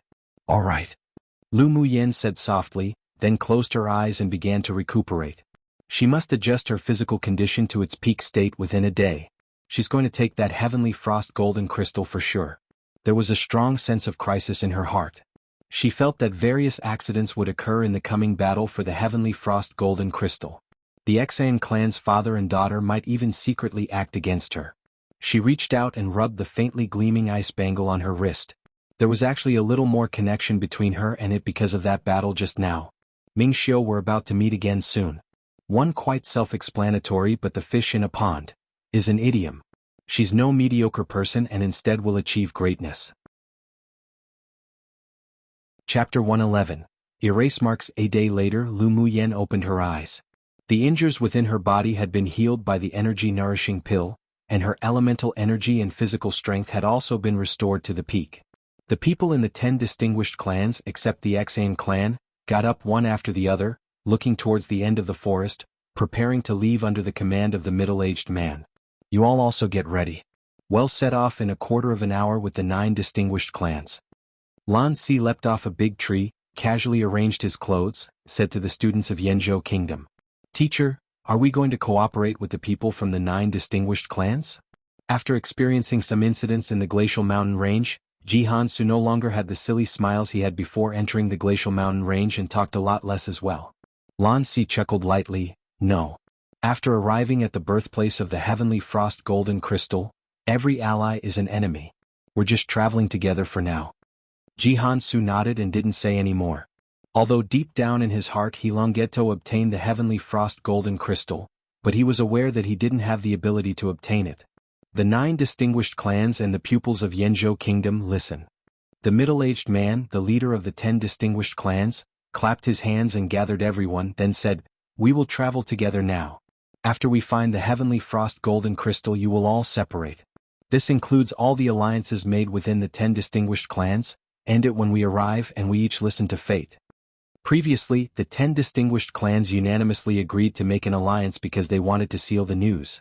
After arriving at the place the heavenly frost golden crystal was to be born, who would still obey that alliance? Naturally it was who snatched it. Would it belong to who? Yes. Everyone replied in unison. Go. The middle-aged man waved his hand and all the elite pupils quickly headed towards the depths of the forest. Lu Muyen scanned the people in the 9 distinguished clans and she found that all the sword monarch powerhouses that appeared before were not in this team at this time. They probably all went ahead long ago to prepare for battle. This time, the main reason the 10 distinguished clans sent elite pupils to contend for the heavenly frost golden crystal was probably to help them gain experience. Judging from the appearance of the 2 sword sovereigns, the other sword sovereigns from the other clans must also reach the glacial mountain range already, and there must be even more sword monarch powerhouses. Lu Muyen curled her lips. She wondered whether the Imperial teacher succeeded in inviting the 2 sword sovereign powerhouses of Yanzhou Kingdom. She had absolutely no fear at the arrival of so many powerhouses, and instead, felt that it should only be natural. The stronger they were, the more interesting it was to compete for it, wasn't it? Although she didn't like using sinister crafty plots and means, but she did like to take advantage of chaos. The group of people rushed non-stop, and it was also inconvenient for Yi Qinghan and Yi Qinglu to leave the Yi clan's team, so they would only communicate with their gazes with Lu Muyen. Ling Feihao also stuffed an emerald jade into Lu Muyen's hand, telling her that when she was in danger she should crush the emerald jade and the strongest sword monarch of the Ling clan would sense it. All the way it was abnormally quiet. There weren't any movements from any demonic beasts. Everyone was constantly wary and alert while Lu Xiang would cast complicated gazes towards Lu Muyen from time to time. Jianghu, who was not far beside her, noticed Lu Xiang's strangeness and remembering the bit of news he had accidentally received, he fell silent for a bit, then finally gritted his teeth and slowed down slightly. When he approached Lu Muyen he called after her. Lu Muyen. Lu Muyen glanced at Jianghu, who usually didn't have much interaction with her, and it could even be said that they had conflicts with each other because of what happened before with Yungu.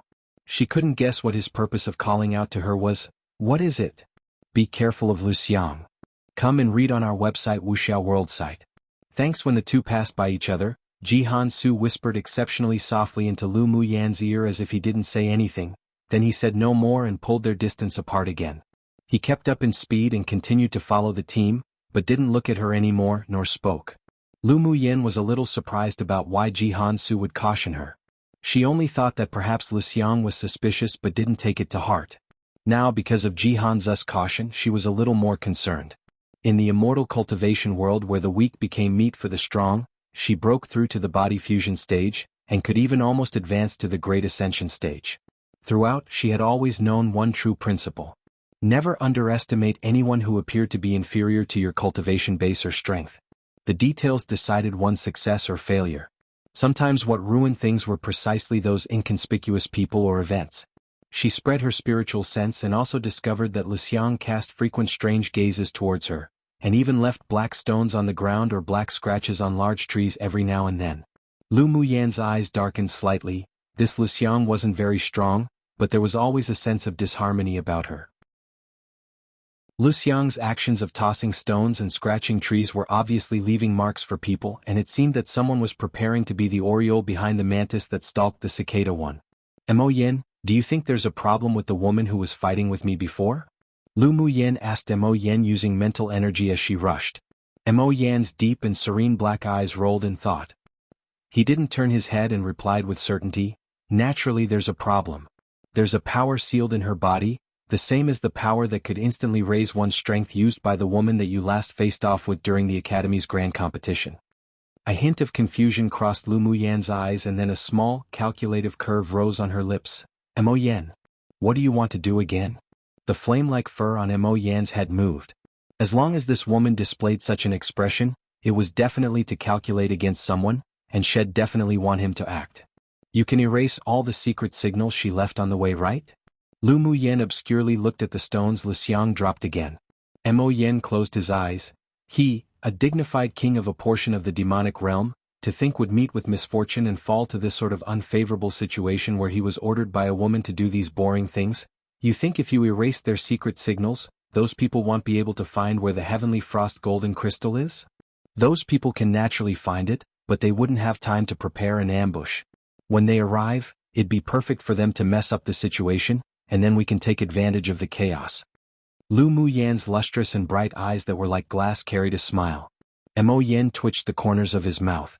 This woman was indeed not some righteous person, but it was just to his appetite.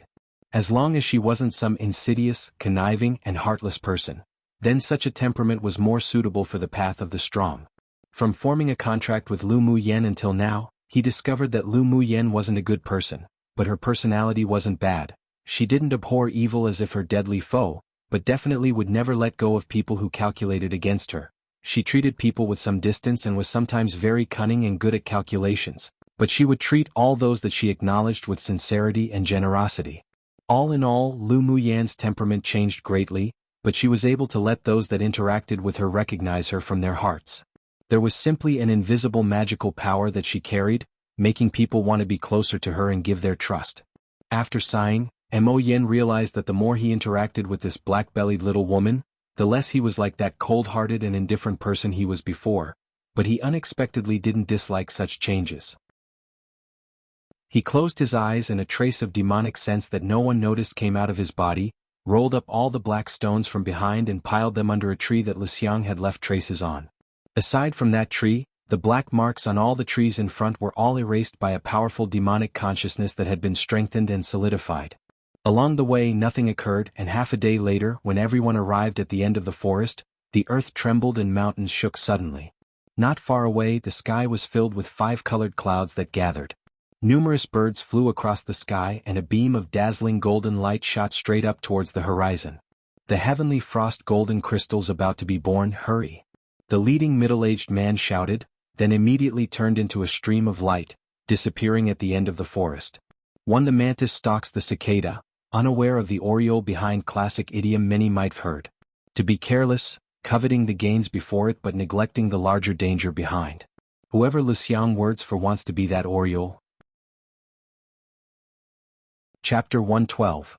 Anomalous phenomenon. One after the other the golden light that shot directly into the sky not far away slowly dispersed, carrying a gentle energy, echoing with the 5-colored auspicious clouds in the sky. Suddenly, a colorful rainbow hung in the air, magnificent and beautiful. "Quick, go!" The leaders of the distinguished clans commanded their clan members to dash in the direction of the anomalous phenomenon. Lan Si looked in the direction with a deep gaze, then turned to the several people and said, "Let them go first. We'll go at our current speed." A few people revealed confusion in their eyes, but when they saw Lan Si's solemn gaze, they stopped themselves from asking their questions aloud. Despite the infinite desire in their hearts, they still didn't dare to disobey. "Yes." Lu Muyan glanced at Lan Si meaningfully. This fox sure was clever. Chaotic fighting was probably already happening ahead of them. As Lu Muyan expected, their speed was neither too fast nor too slow, but the distance between them and the team of the 9 distinguished clans in front of them was lengthening. After about an hour's journey, they indeed heard loud and sonorous roars one after the other, louder and louder each time. Roar? This sort of sound fluctuated high and low with different levels of pressure, but it could be heard that there were definitely countless of them and even a wide variety. There are actually so many demonic beast roars. Xiao Ziang couldn't help but reveal surprise and speechlessness in his eyes. Since the last battle with the fire ant colony, he now particularly hated the tactic of taking turns in fighting an opponent. Now that there were so many demonic beasts, did it mean that they would have to join that sort of endless battle again? Lu Muyan stood beside him and chuckled as she said jokingly, You should thank Teacher Lan's wise move, otherwise I'm afraid we'll already be fighting chaotically with the demonic beasts right now. Right now, I'm afraid it's not just humans fighting demonic beasts, but the group of demonic beasts are also fighting chaotically with each other. Yun Zimo's cold eyes were as deep as a well. Then teacher, does it mean we don't need to go there anymore? Xiao Ziong looked at Lan Si and asked tentatively. In reality, his longing and obsession for the heavenly frost golden crystal wasn't that deep. Of course, if a peerless spiritual herb was being born in front of him, then he'd definitely rush in that direction, disregarding everything. Lan Si raised an eyebrow, and one couldn't hear any emotions in his tone. What do you think? Haha, I think we can wait until they're almost killed before going in.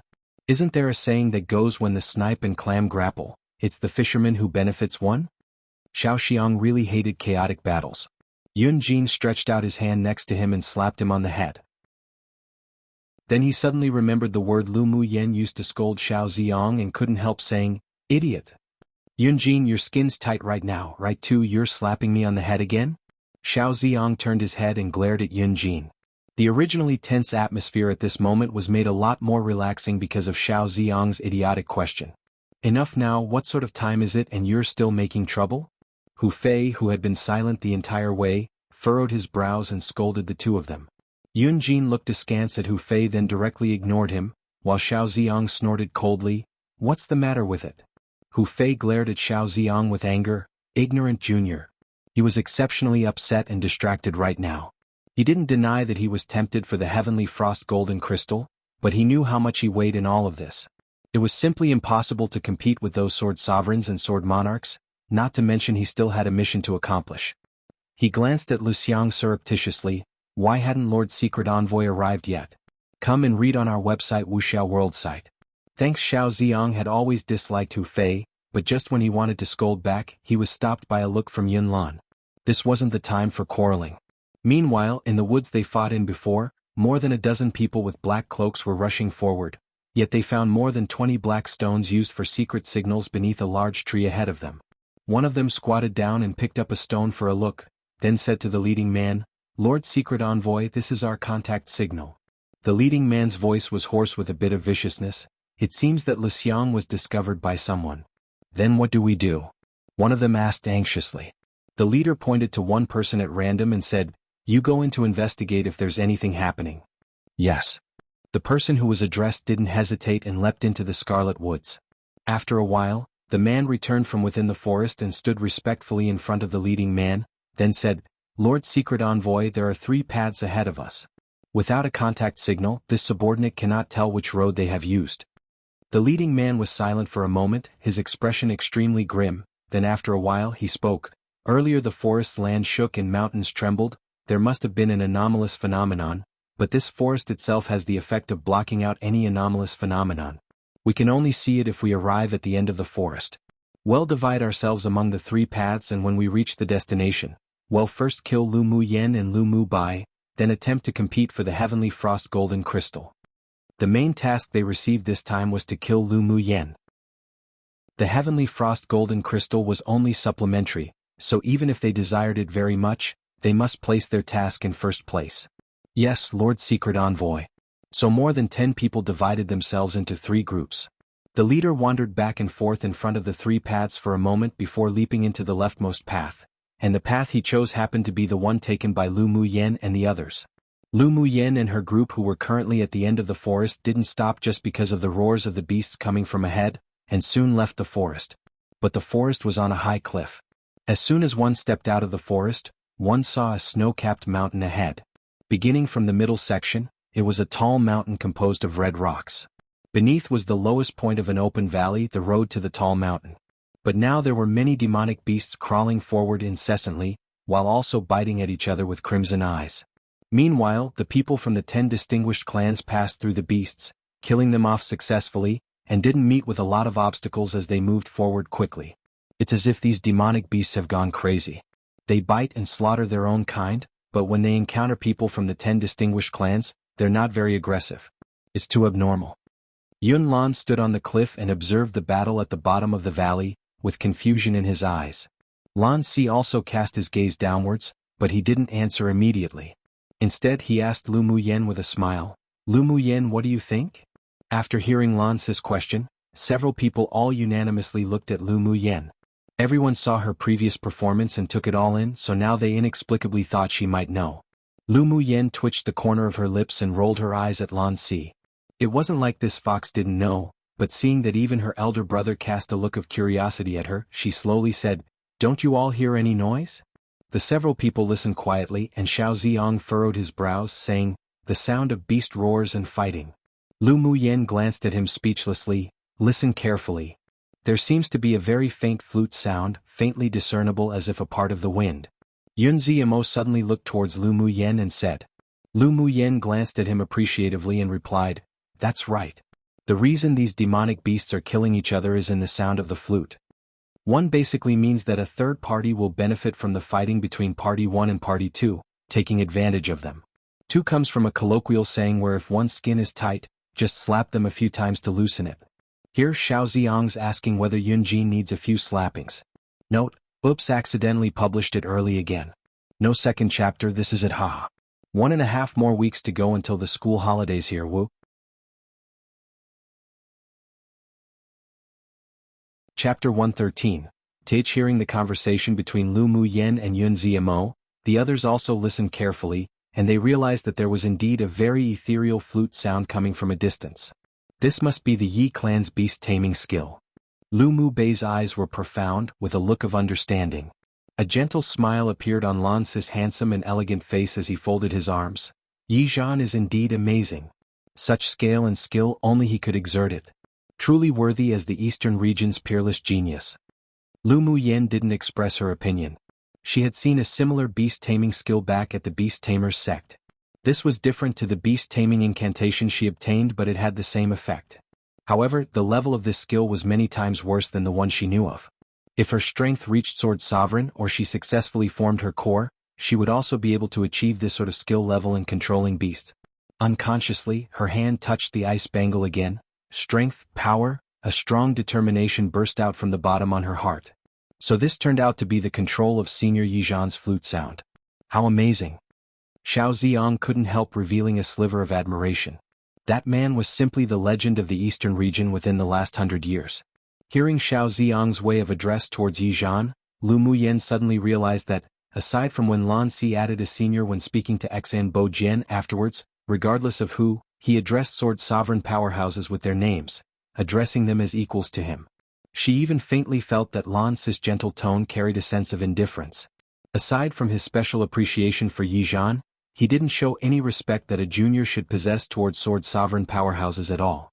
It might not be easy for other people to discover it, but she also held such a state of heart as she, who used to be the female immortal of the spiritual world, bore absolutely no fear of sword sovereign powerhouses. In her eyes, what they represented was simply a higher cultivation base than her right now. Aside from that, at most it was appreciation of individuals such as the same appreciation of Yi Zhan. The strength of a sword sovereign was only equivalent to the cultivation base of a core formation stage in the immortal cultivation world, what she used to consider to be an ant-like presence. But she dared to conclude that she and Lan Si were definitely not the same kind of people. He had a deep secret behind him. His cultivation base should have been hidden, and it was probable that even his usual gentle and refined temperament was just an appearance. But who had no secrets? Lan Si wasn't hostile to her, that was enough. She had no intention of exploring other people's secrets. Seeing Xan Bo Jian lead the pupils from the Xan clan to emerge from another side to join the other 9 distinguished clans, rushing forward and about to reach the foot of the tall mountain, Lan Si said leisurely, "Let's go too." Yes. The others also leapt off the cliff with him and rushed towards the foot of the mountain. Along the way, demonic beasts fought each other while from time to time, when they saw them in their crazed state, they would also attack. But they were all easily killed by Lu Mu Bai and Yun Ziyamo, the 2 leading people. Lu Muyen looked at the rainbow hanging over the tall mountain.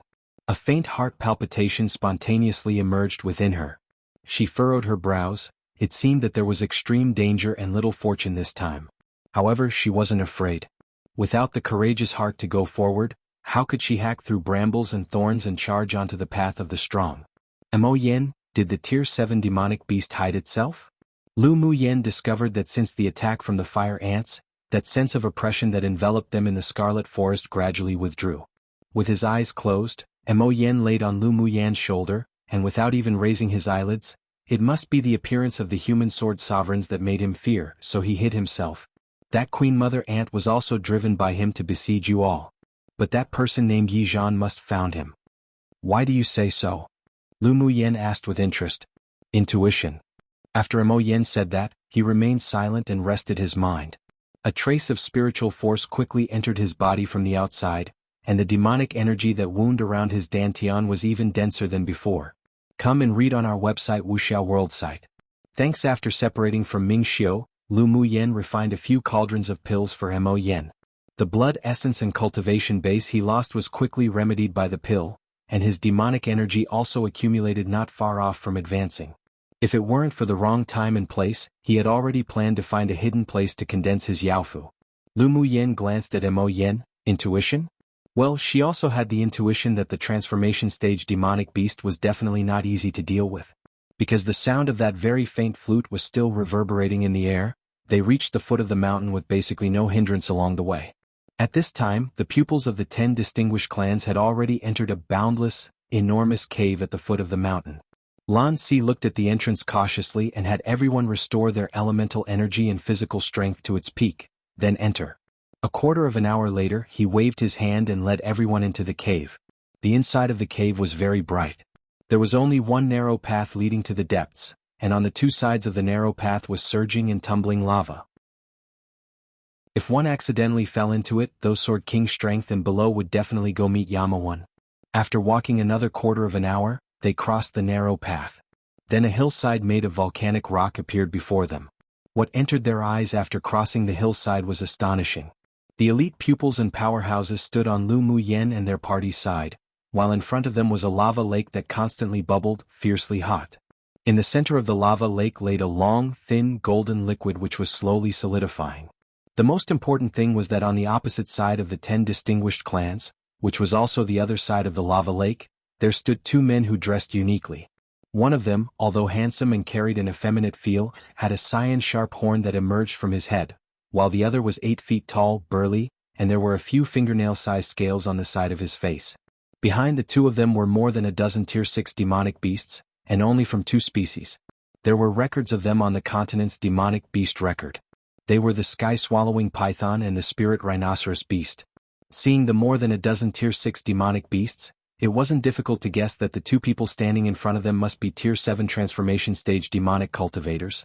Lu Muyen's gaze swept over the burly man. She felt the same oppressive aura that she felt in the Scarlet Forest. She could conclude that this large man was the demonic cultivator who ordered the Queen Fire Ant to attack them, and also a transformed spirit rhinoceros beast. Their arrival gained the attention of the 2 groups of people. Those in the 10 distinguished clans saw that it was the group Lan Si led, so they didn't pay much attention, while the 2 transformation stage demonic cultivators swept over their cultivation base and their lips rose with ridicule. Lu Muyen scanned the area secretly with her spiritual sense once, and found that guy Ming Xiu's aura. But she couldn't judge his position, probably because he used some sort of secret skill to hide. "Human sword masters, what do you intend to do, breaking into this king's cave dwelling?"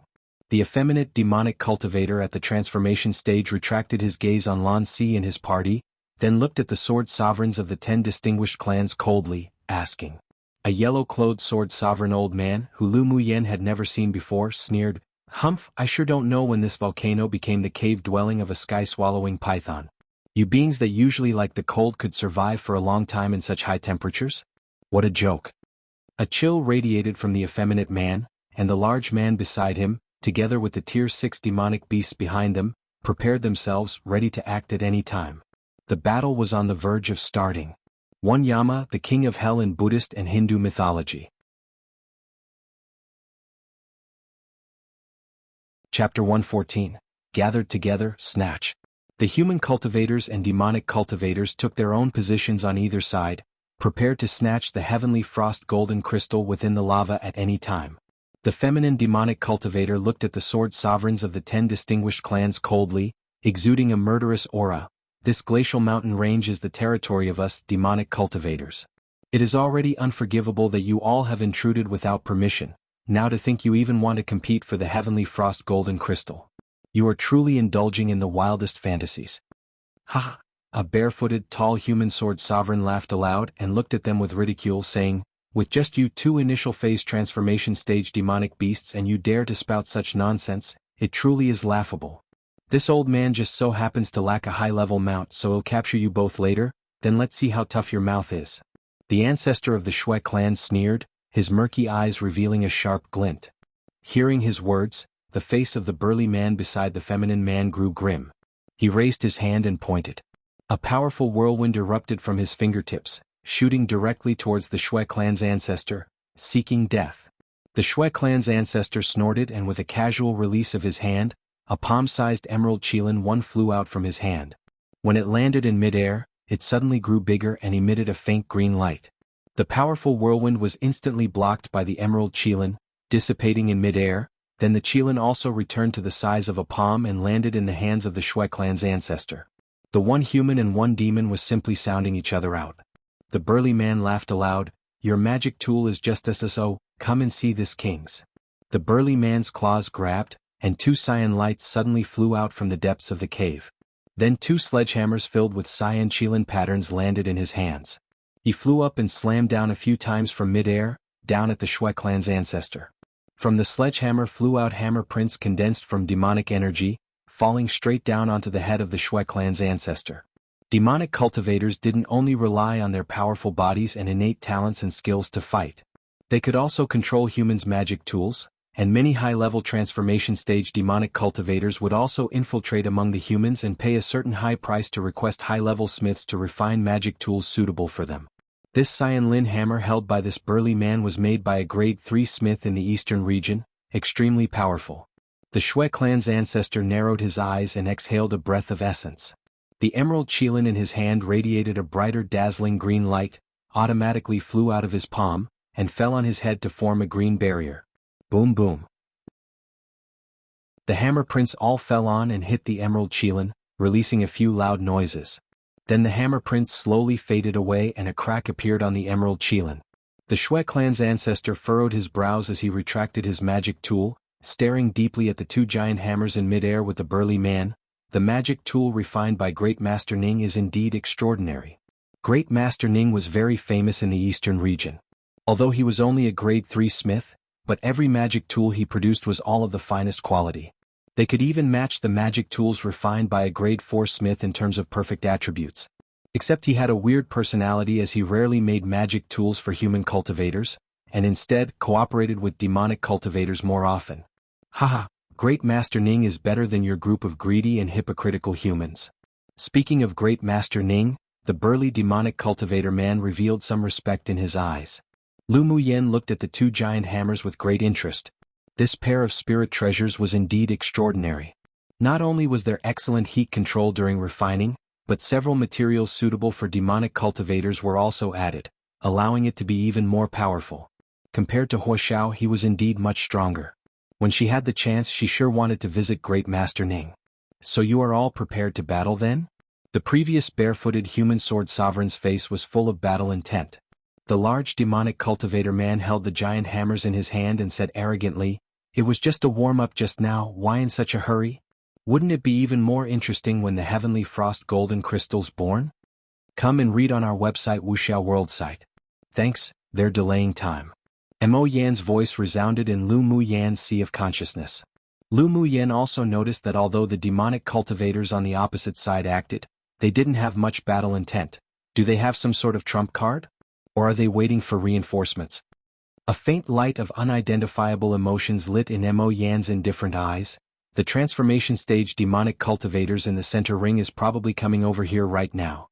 These two demonic cultivators probably wanted to take it all for themselves before, but now that they're facing 8 sword sovereign human powerhouses, they had no choice but to spread the news of the heavenly frost golden crystal. Lu Muyen nodded. This time, aside from the Ling clan and the Nineth-ranked Wu clan, the other 8 clans of the 10 distinguished clans had all sent sword sovereigns to hold their grounds. The heavenly frost golden crystal's about to take shape. Lu Muyan's solemn gaze swept towards the liquid that had already become dark golden in the center of the lava. Mo Yan's gaze on the heavenly frost golden crystal also revealed some fiery desire. This thing for humans was only one of the best materials for refining magic tools, but to them demonic beasts, it was the best spiritual item of heaven and earth for shaping and tempering their yaofu, as well as tempering their body. As long as the heavenly frost golden crystal was refined and absorbed into their demonic bone and demonic marrow, the strength and toughness of the demonic beast's body would rise a level. More importantly, it was an invincible existence for when one wanted to break through their bottleneck. In other words, as long as the heavenly frost golden crystal was left to refine when they were breaking through, then regardless of what bottleneck it would be a useless bottleneck. Unfortunately, a demonic beast could only use the heavenly frost golden crystal twice. Once could be used to forge and temper their yaofu and support it to rise in level to heavenly quality, and another time could be used beneath tier 9 to break through the bottleneck and successfully advance. Humph, you want to delay time to wait for the demonic cultivators of the center ring to come support you? Too late. The barefooted large man and the other sword sovereigns had all lived for almost 100 years, so their scheming was naturally not lacking. They could also see through the two demonic cultivators' intentions. The feminine demonic cultivator was about to speak, then suddenly, his gaze fixed on the dark golden liquid in the lava pool. Suddenly, the liquid in the lava pool emitted a dazzling golden light and leapt from the lava with a dash, carrying an aura that made one feel fearful. The barefooted sword sovereign gave the Shui clan ancestor an Exen Bo Jian a look, then uttered a word, snatch. Dash. Then 9 figures flew in the direction of that golden light, precisely the 7 human sword sovereigns and the 2 demonic cultivators. The sword monarchs and sword kings below immediately greeted the more than a dozen tier 6 demonic beasts that rushed over, and in that moment the humans and demonic beasts battled in chaos. Lu Muyen cast her gaze on Yi Zhan, who was still standing on the side of a rock, unmoving, as well as Lan Si, who looked as if he was enjoying a good show. As expected, only these 2 knew the secret behind the birth of the heavenly frost golden crystal. When she used her spiritual sense to sweep towards a dark corner in the depths of the cave, her lips rose into an arc. Ming Xiu, that guy, also knew. Rumble. Sound after sound of the rapid running of demonic beasts landed. Then more than 30 tier 5 demonic beasts rushed out from the hillside, rushing towards the human cultivators. Lu Muyen and the others from the trial were also separated by the group of demonic beasts, and the entire cave was in chaos. From time to time, swords glistened, and the roars of demonic beasts reverberated ceaselessly in the cave. Lu Muyen saw Lu Mu Bai and the others greet the crazed demonic beasts without much danger, so she utilized her flash steps to dodge the attacking demonic beasts one by one, heading towards the lava pool. When she was approaching the edge of the lava, she felt a chill behind her. Her eyes grew cold and she tapped her toes, shifting her position several times to avoid a sword aura sneak attack from the rear.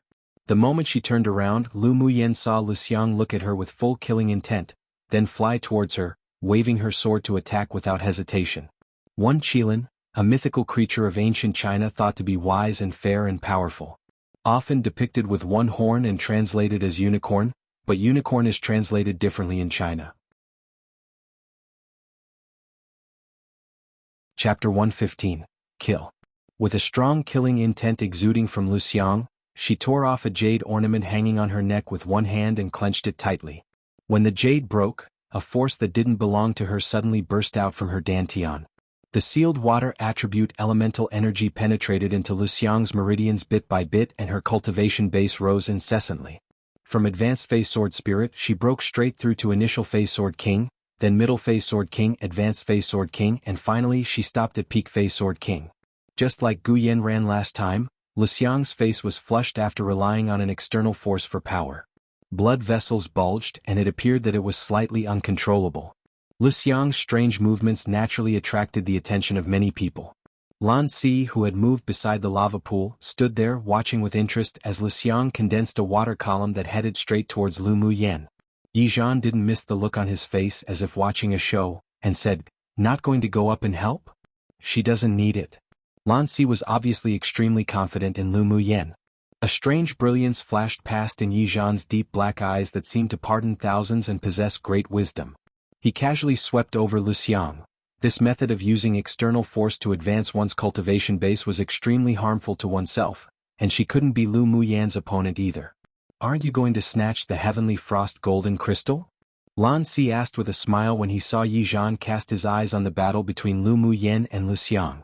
Yi Zhan's voice was light. "And why don't you go snatch it?" Lan Si looked up at the sword sovereigns who chased after the golden rays of light not far away as they battled each other. Those demonic beasts and human cultivators who were affected by their violent sword auras were all now buried here, and he sighed, I'm just a sword monarch cultivation-based junior, so what could I use to compete with the sword sovereigns? Yijan smiled meaningfully, is that so? Then I won't be polite later. Lan Si had a gentle and harmless smile on his handsome and elegant face, and both of them knew what it meant by won't be polite later. Within the crowd, Lu Muyen took out the golden long whip and directly greeted Lu Xiang's attack. Although this woman appeared to be a peak phase sword king, but she only had the combat power of a middle phase sword king, and her experience was even more lacking. The water column that flew out was turned into countless droplets by the snaps of her golden long whip. Lu Muyen, today you'll first ruin your Dantian to avenge Yen Ran, then send you to pass on. It's an honor for you to die in the birthplace of such a spiritual item such as the heavenly frost golden crystal. Lu Xiang kept forming seals with her right hand. Waves upon waves of elemental energy within her, as if wanting to burst, maniacally channeled into the long sword she held, and she smiled sinisterly at Lu Muyen. Lu Muyen sneered. This woman's brain must been muddled.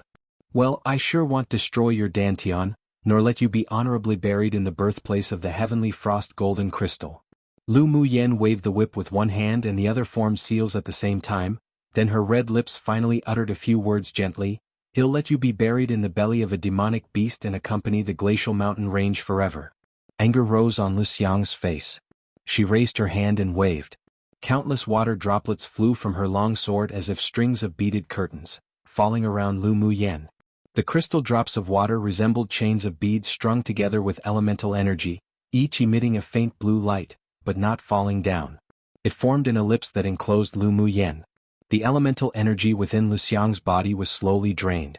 She knew that she wouldn't be able to maintain the peak phase sword king cultivation base for long. When the borrowed power in her body was consumed, she wouldn't be Lu Muyen's opponent. Therefore, after the tentative attacks, she mobilized the elemental energy within her entire body and used her strongest killer move. Success or failure would depend on this move. Lu Muyen felt that every drop of water on the beaded curtain surrounding her carried vast and boundless elemental energy. It was a manifestation of the elemental energy condensation, but this condensation was formed from that mysterious power that Lu Xiang borrowed within her, so it would last no more than a quarter of an hour. She watched the beaded curtains shrink, carrying the power capable of destroying the sky. As long as one touched it, it would explode completely. She no longer hesitated, put away the golden long whip, stopped forming hand seals and stretched out a wrist, opening her palms. Come and read on our website wuxialover site. Thanks. An icy whirlwind rolled out of her palm and dispersed in all directions. Tinkle. The whirlwind made clear, crisp, sweet noises as it rolled up the beaded curtain. After the water drops were blown by the wind, they immediately turned into crystal clear ice beads, swaying constantly. Each string that collided together would make such sweet tones that it was intoxicating. When the humans and demonic beasts that battled near Lu Muyen and Lu Xiang heard the sound, they were dazed for a bit, as if indulged in it. Lu Xiang felt as if the elemental energy in her body was frozen, and she fell into a trance for a moment. Who knew that the moment she was in a trance, a white shadow passed through the beaded curtain and landed right in front of her. Her eyes grew wide and she wanted to stab Lu Muyen with her sword, but who would have expected that her movements were exceptionally slow? Horror rose on her face unconsciously. That sword had yet to meet Lu Muyen's body when she felt a sudden pain in her chest. She slowly lowered her head to look at her chest and saw a half-inch long dagger stabbed straight into her heart. How is that possible? Lu Xiang's eyes were full of incredulity, looking at Lu Muyen, who was smiling softly, and slowly spit out the 4 words. Lu Muyen took out a silk handkerchief and wiped her hands. When she loosened her fingers, that handkerchief fell into the lava with the wind, immediately turning into ashes. She looked at Lu Xiang and said, "How is it not possible?"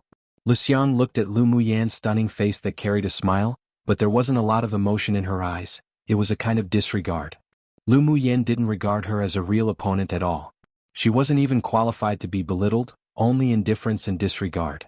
She watched the blood on her chest slowly solidify into red ice and raised her head to look at Lu Muyen inconceivably. This woman was actually a dual attribute swordmaster. But how could the fire attribute coexist with the ice attribute? Her eyes darkened, then a vicious light burst out in an instant. Even if she died, she would drag Lu Muyen, and the sword masters of the same level here, down with her. Lu Muyen naturally saw the confusion and viciousness in her eyes, but she didn't want to continue to speak nonsense, nor explain to her opponent. With a wave of her hand, the golden long whip swung out and rolled Lu Xiang up. I already said, I want you to accompany the glacial mountain range forever. Lu Muyen hated others that backstabbed her and sneak attacked her. Towards enemies she was never merciful. With a light toss, Lu Xiang's body fell in front of a Tier 5 ice crocodile who was trying to flee towards the entrance of the cave for whatever reason. The ice crocodile saw that a human dared to actually block its way, and in a rage, it bit Lu Xiang's legs without hesitation and began to bite and swallow. H. The shrill cry echoed within the cave. Looking at the fear in Lu Xiang's eyes, Lu Muyen didn't express too much emotion and remained indifferent. When she was in the immortal cultivation world, because she wasn't ruthless enough, in a moment of softness she let an enemy go. In the end she was besieged by that person who returned with reinforcements and was severely injured, barely surviving. From then on she would never be merciful to her enemy. She would kill if she should and would definitely never let go of any fish that slipped through the net, otherwise it'd be herself who'd die in the future. Lu Xiang's body couldn't withstand the attack of that mysterious force at all, and she already appeared to be close to self-destructing.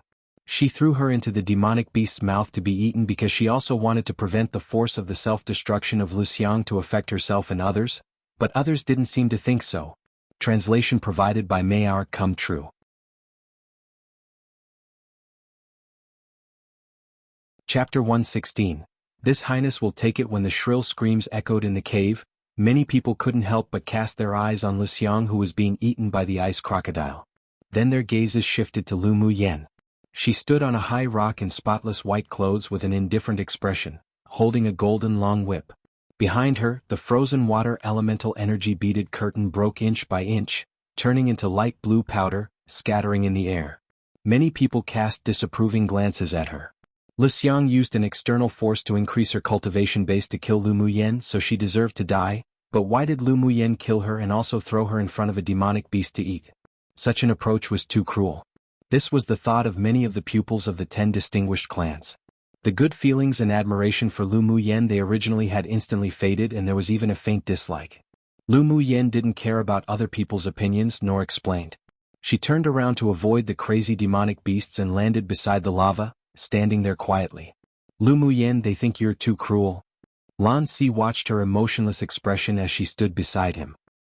He revealed a gentle smile as if knowing why she did it, and didn't have a trace of disgust. Instead, a kind of appreciation rose from his heart. He had seen countless women. They were either cruel, either kind, either gentle, either hypocritical, either arrogant or the like, but there had never been a woman who constantly refreshed his understandings like Lu Muyen. Lu Muyen didn't move, staring at the bubbling hot lava, and then whispered after a bit, "Doesn't matter." Yizhan looked askance at the girl beside her. His eyes that were boundless and deep like the sea fluctuated slightly. The gazes of Yi Qinghan, Yunlan and the others that were cast on Lu Muyen were all very soft, and they weren't disgusted by what she had done just now. Lu Xiang was just looking for death, so who could she blame? Bang! Following the shrill screams and the roar of the demonic beasts in the cave, the surrounding rocks shook and an explosive sound with dense, strong elemental energy resounded throughout the cave. The humans and demonic beasts currently fighting all looked in the direction of the ice crocodile with lingering fear. At this time, the place had been razed to the ground and the flesh and blood of more than a dozen Tier 5 demonic beasts splattered across the area. This sort of power was already very close to the full blow of a sword sovereign powerhouse. So that Lu Xiang wanted to self-destruct by borrowing the external force. The faces of those people who had thought Lu Muyen was cruel now turned pale.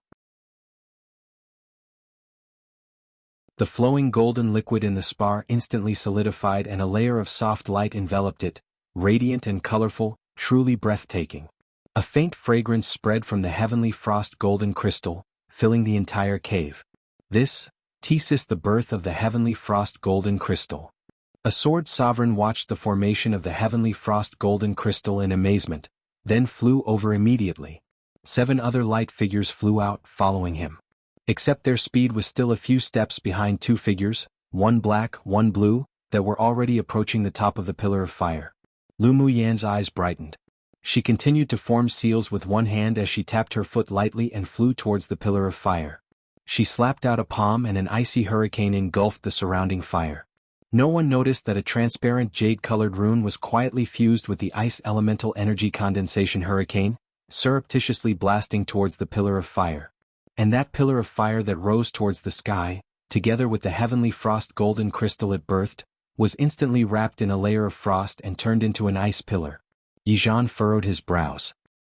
He slashed his flute again and a soft light, as if encompassing everything, whizzed out, slashing straight towards the top of the ice pillar, cutting off the ice-enveloped heavenly frost golden crystal. Lan Si's lips curled up and the long sword in his hand sliced down at the same time, carrying with it a power as if capable of destroying the heaven and earth. It just so happened to fall on the heavenly frost golden crystal, and the heavenly frost golden crystal was instantly cut into 5 segments, flying out in different directions. The two headed in different directions and caught one each while Lu Muyen stopped in her steps and stood atop the ice pillar with folded arms, watching the others compete for it. The other sword sovereigns didn't even think as they each flew in one of the 3 directions, all with the intention of at least collecting one of the pieces, then think things through later. Yet who knew that they had yet to touch the heavenly frost golden crystal when they were blocked by countless sword auras that suddenly scattered from a corner. Then a red-clothed man wearing a silver mask appeared in midair mysteriously. He was tall in build with a domineering and noble temperament, as if looking down upon the world.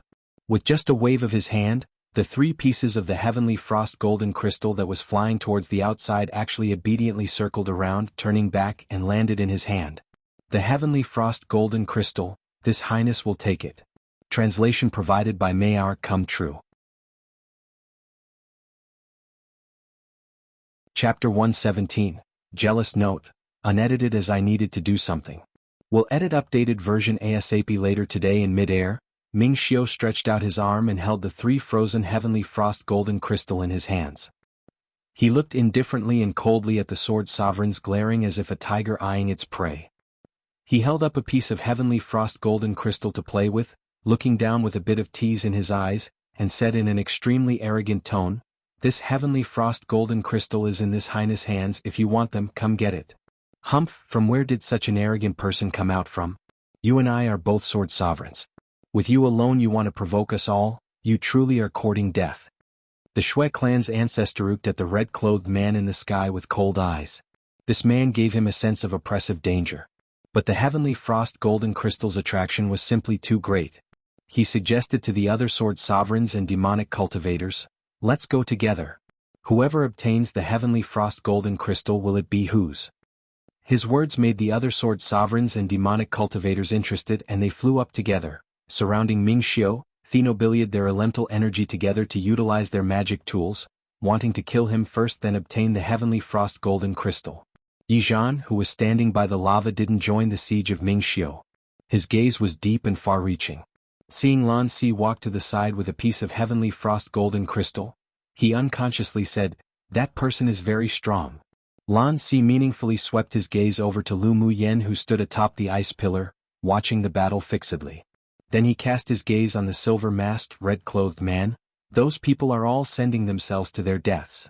The indifference in Ming Xiao's eyes didn't fade despite being surrounded, as if these sword sovereigns were irrelevant to him. They were being underestimated.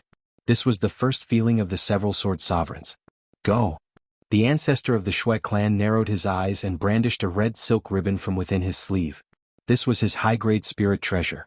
Every time it was brandished, it had never been in a disadvantage as it trapped swordmasters within the red silk. Although it couldn't trap one for long, but it was enough for him to kill the person. Following the ancestor of the Shui clan, all the sword sovereigns who besieged Ming Xiao either swung their swords in anger or attacked using their spirit treasures.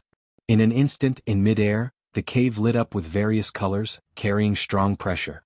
The demonic beasts and sword masters below all felt extremely suppressed and difficult to move. A light curve appeared on Ming Xiao's lips, and a golden long sword appeared in his hands. His eyes sharpened and merely waved his sword casually. A violent metal attribute elemental energy sword aura flew from the long sword, forming 9 golden hurricanes, slashing straight towards the 7 humans and 2 demonic beasts. The hurricane formed by the sword aura swept past, and the sword auras that flew towards him collapsed one after the other. Their spiritual treasures also grew dim and returned into the hands of the few people. With disregard in his eyes, he slashed down again.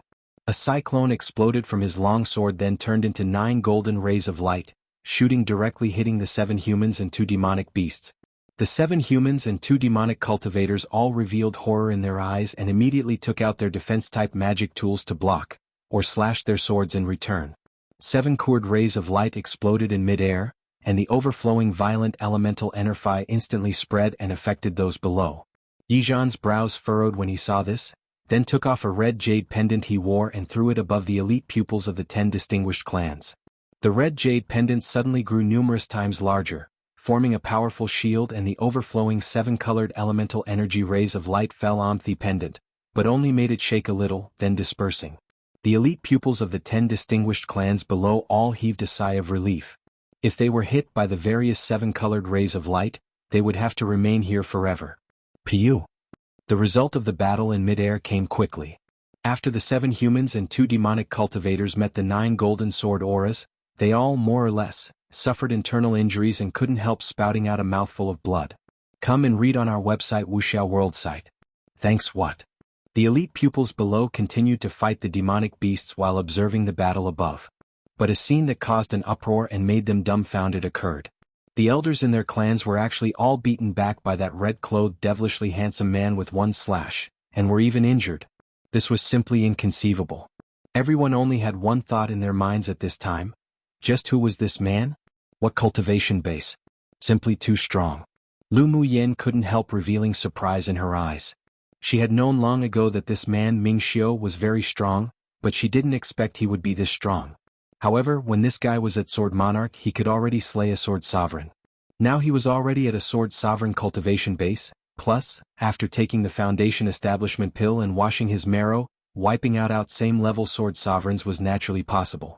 Ulpu Muyen, do you know the Hall Master of the 9-layer Hall? Lan Si had always been observing Lu Muyan's expression, and when he saw her reveal a touch of understanding, he leapt up onto the ice pillar and asked with a smile. Lu Muyen looked at him in confusion and asked instead, 9-layer Hall? Hearing Lan Si's tone, Ming Xiu should be the Hall Master of the 9-layer Hall, but she had never heard of this name.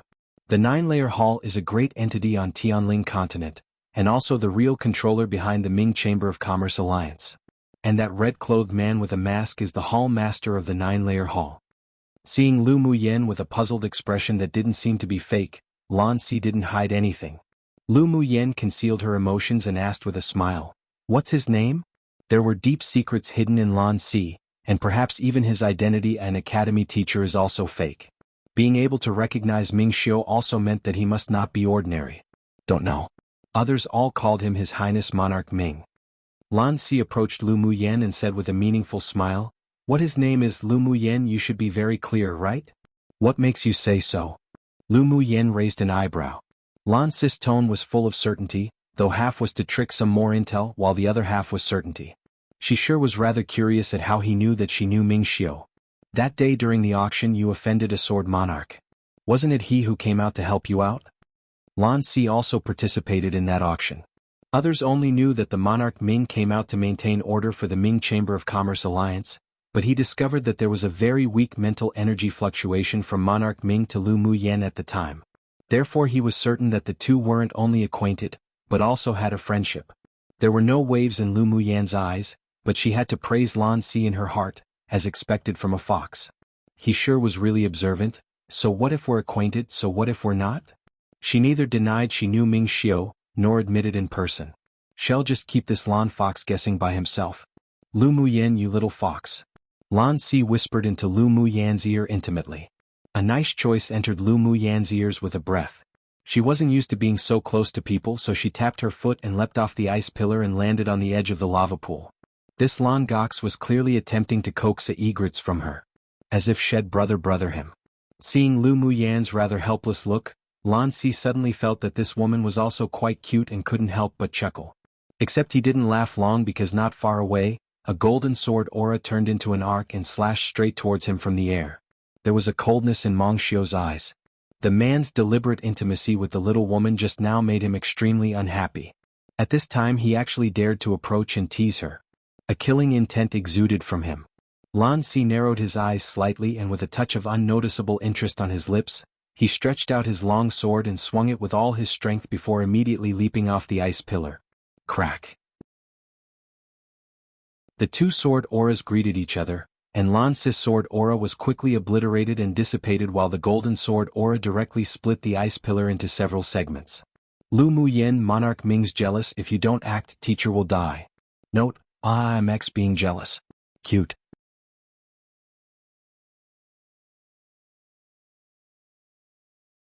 This scholarly and refined-looking demon cultivator's level was an entire stage higher than them. They simply didn't dare make any moves. What big talk? What if this highness says no? There was a chill in Ming Xiu's voice, but the arrogance didn't abate. Hearing what Monarch Ming said, Yi Zhan and Lan Si didn't glance at each other and said nothing. The scholarly and refined-looking ice master was taken aback for a moment, then sneered, "Only a human sword sovereign strength cultivator and you dare to call yourself this highness? How interesting." Interesting? This highness actually finds it boring. There was absolutely no fear in Ming Xiu's eyes, as if the difference in cultivation base between them was nothing. Good. You have personality. I like it. The ice master looked around Ming Xiu with interest. Not only did he not get angry, he also showed some appreciation. Take off your mask and let this monarch have a look. If you look handsome and beautiful and is to this monarch's liking, then it doesn't matter if this monarch wouldn't mind rewarding you with the heavenly frost golden crystal. Lu Muyen felt constant cold air overflow from Ming Xiu's body, and she couldn't help but twitch the corners of her lips. So this demonic beast seemed to be gay. Come and read on our website wuxialover site. Thanks, this highness still lacks a flying mount. The descendant of the ancient xuanhuan can make do. There was a chill on the deep black eyes of Ming Xiu, and a clear and devilishly enchanting laugh sounded from Ming Xiu's lips. What do you think of such?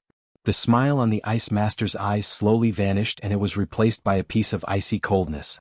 This devilishly enchanting man didn't only know that he was the descendant of the ancient xuanhuan, but he also wanted to make him his mount. What big talk it was. This also made anger he had never had before rise in him. Gasp. The man and woman, and the two demon cultivators Coulson helped sucking in a deep breath when they heard Ming Xiu's words. This human swordmaster was truly bold. The ice master might look extremely bookish on the surface, but he had a very cruel and changeable temperament. Currently, Ming Xiu in their eyes was no doubt equivalent to a dead person. If you want to take this monarch as a mount, then take out some skill and let's take a look. This monarch actually wants to take you back for dual cultivation. Such a beauty is rare. The ice master had coldness in his eyes, but his mouth was extremely cheap. This place is too small. How about we go out to fight? Ming Xiu didn't care about other people's life or death, but was afraid that the battle with this Tier 8 demon cultivator would affect Lu Muyen and her elder brother. The ice mazier glanced at the human cultivators below and chuckled, "It's not a good problem to be soft-hearted. You will have to change it later after following this monarch. This highness is too lazy to chat with a bird like you. Come fight." Ming Xiu's eyes were stained with a thick layer of battle intent. Ever since he advanced, he always wanted to fight against a sword-venerable human or demon, and this stinky bird just so happened to send itself to the door. After vaguely exchanging a glance with Lu Muyen, then with a swish Ji Xiu turned into a red stream of light and shot straight to the cave entrance. "Woman, be careful. Wait for this highness to return." As the red light disappeared into the cave, Lu Muyen also revived Ming Xiu's telepathic words. She furrowed her brows, her expression revealing slight worry. It was really hard to predict the outcome between Ming Xiu, at middle phase sword sovereign cultivation base, and a demon cultivator at initial phase tier 8. That ice master wasn't an ordinary demonic beast and was the same as Mo Yen, a king-class demonic beast. Although its bloodline was slightly inferior to the spirit devourer, but it was definitely still powerful. The ice master saw Ming Xiu disappear in the blink of an eye, and his lips displayed some ignorance. In a flash, he also turned into a cyan blue light and also disappeared from the cave. The remaining one man and one woman looked at each other. This time they invited the ice master to take the heavenly frost golden crystal, yet who knew that the irresponsible ice master would actually become interested in a human man. But they didn't dare pull teeth from a tiger. Mo Yen, who do you think is stronger, Ming Xiu or ice master? Lu Muyen asked telepathically. Mo Yen lifted his eyelids and his voice was still faint, "Should be Ming Xiu." Lu Muyen chuckled and her tone carried a sense of tease. "That bird might not be interested in Ming Xiu after seeing you, Mo Yen. Gays could probably communicate better between the same race." Idiot woman. Mo Yen couldn't help but curse for the first time, then closed his eyes and ignored Lu Muyen.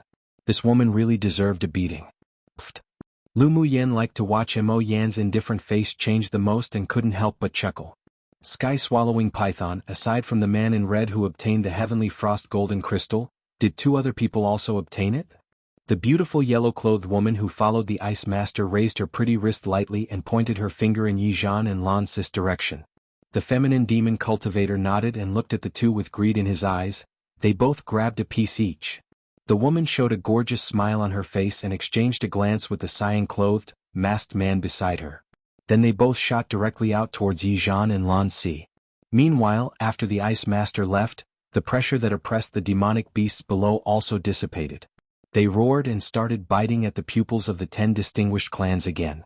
Lu Muyen was curious about the battle between Ming Xiu and Ice Master and raised her foot, wanting to follow him.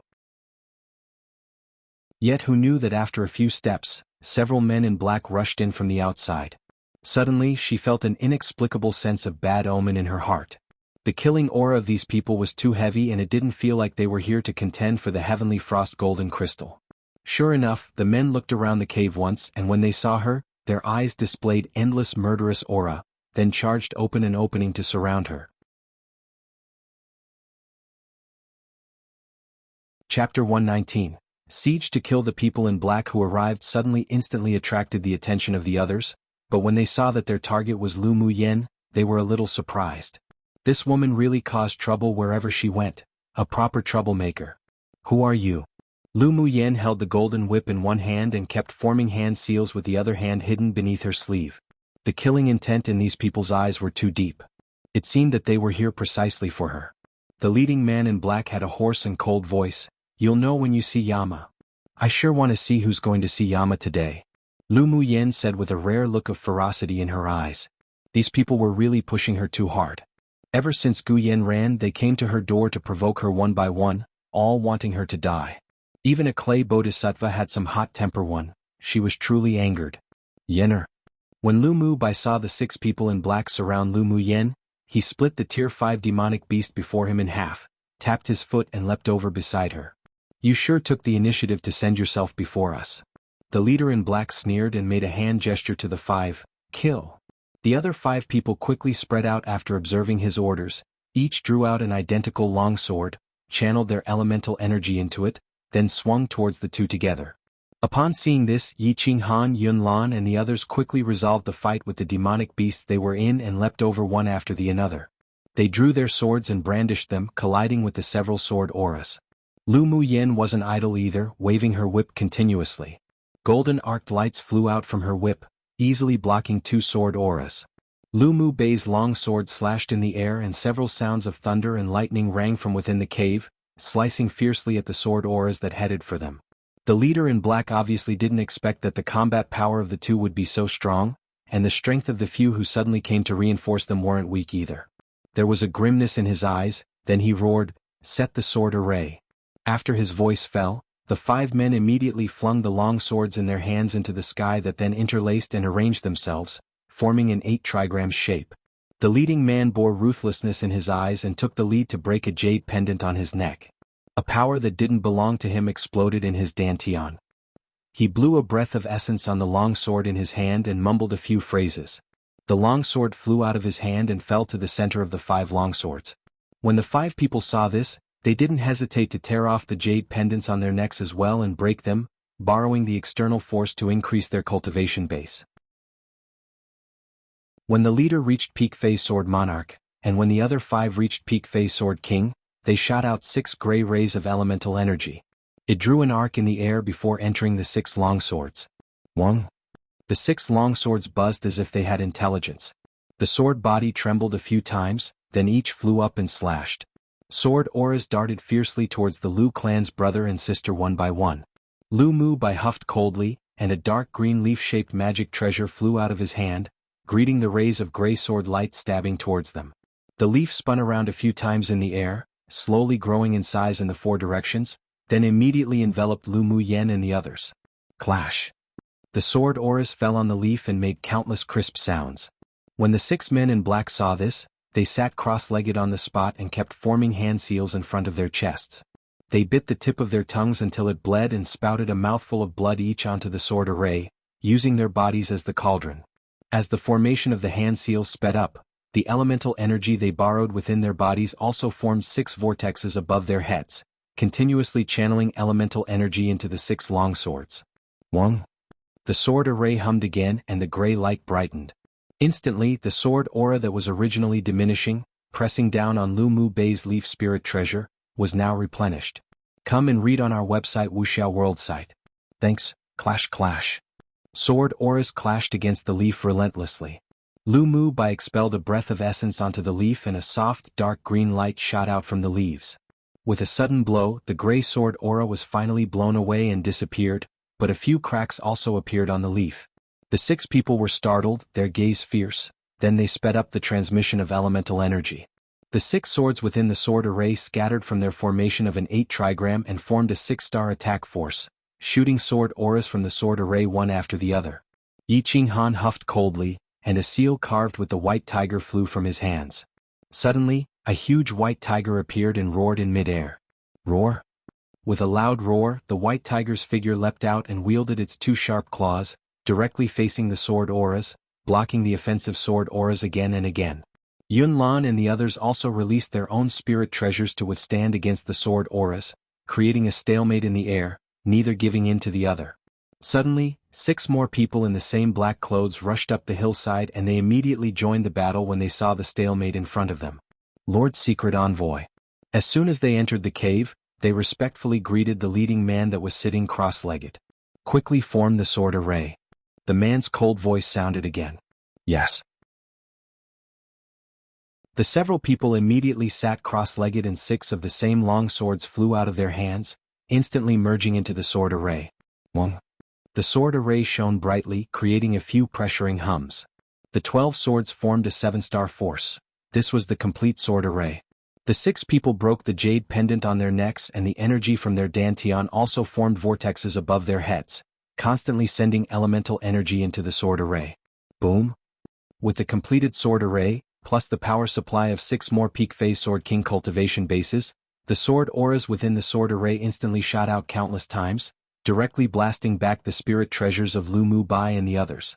Lu Mu Yan's hand gestures continued to change, and just when the sword auras broke through Xuanhuan and the other spirit treasure defenses, she expelled a breath and a fire dragon dashed out from behind her with momentum like thunder. An ice dragon then rushed up from in front of her, and the 2 dragons raised their heads in the air and roared, then greeted the countless sword auras that fell on their heads. Boom! The 2 different attribute dragons of fire elemental energy condensation and ice elemental energy condensation waved their claws, and the sword auras that neared were all dissipated. Xuanhuan and the others were all prepared to be injured, so when they saw Lu Mu Yan's condensed flying dragons block and disperse the sword auras, they breathed a sigh of relief. Then they took out other spirit treasures to help. The leading man in black obviously didn't expect Lu Mu Yan to have such an ability. He gritted his teeth and his hoarse and cold voice echoed in the ears of the dozen men in black. Increase the power by another level. They must be killed today. After speaking, he took the lead and threw the broken jade in his hand onto the ground. The broken jade immediately turned into a pile of power, but there was also an invisible external force that penetrated into his body. And his cultivation base immediately broke through from peak phase sword monarch to initial phase sword sovereign. The other 11 also followed suit in turn, and their cultivation bases broke through peak phase sword king, arriving at initial phase sword monarch. The 12 vortexes continuously expanded from the top of their heads and endless waves of dense elemental energy was channeled into the 7-star sword array. The gray energy in the sword array was even denser, and countless sword auras gathered, forming 2 giant sword phantoms that slashed straight towards the 2 flying dragons. Pung! The sound of violent impact resounded, and the 2 giant swords actually cut the 2 roaring flying dragons into 2 pieces. One comparison used to emphasize that everyone has a temper, even the kindest person.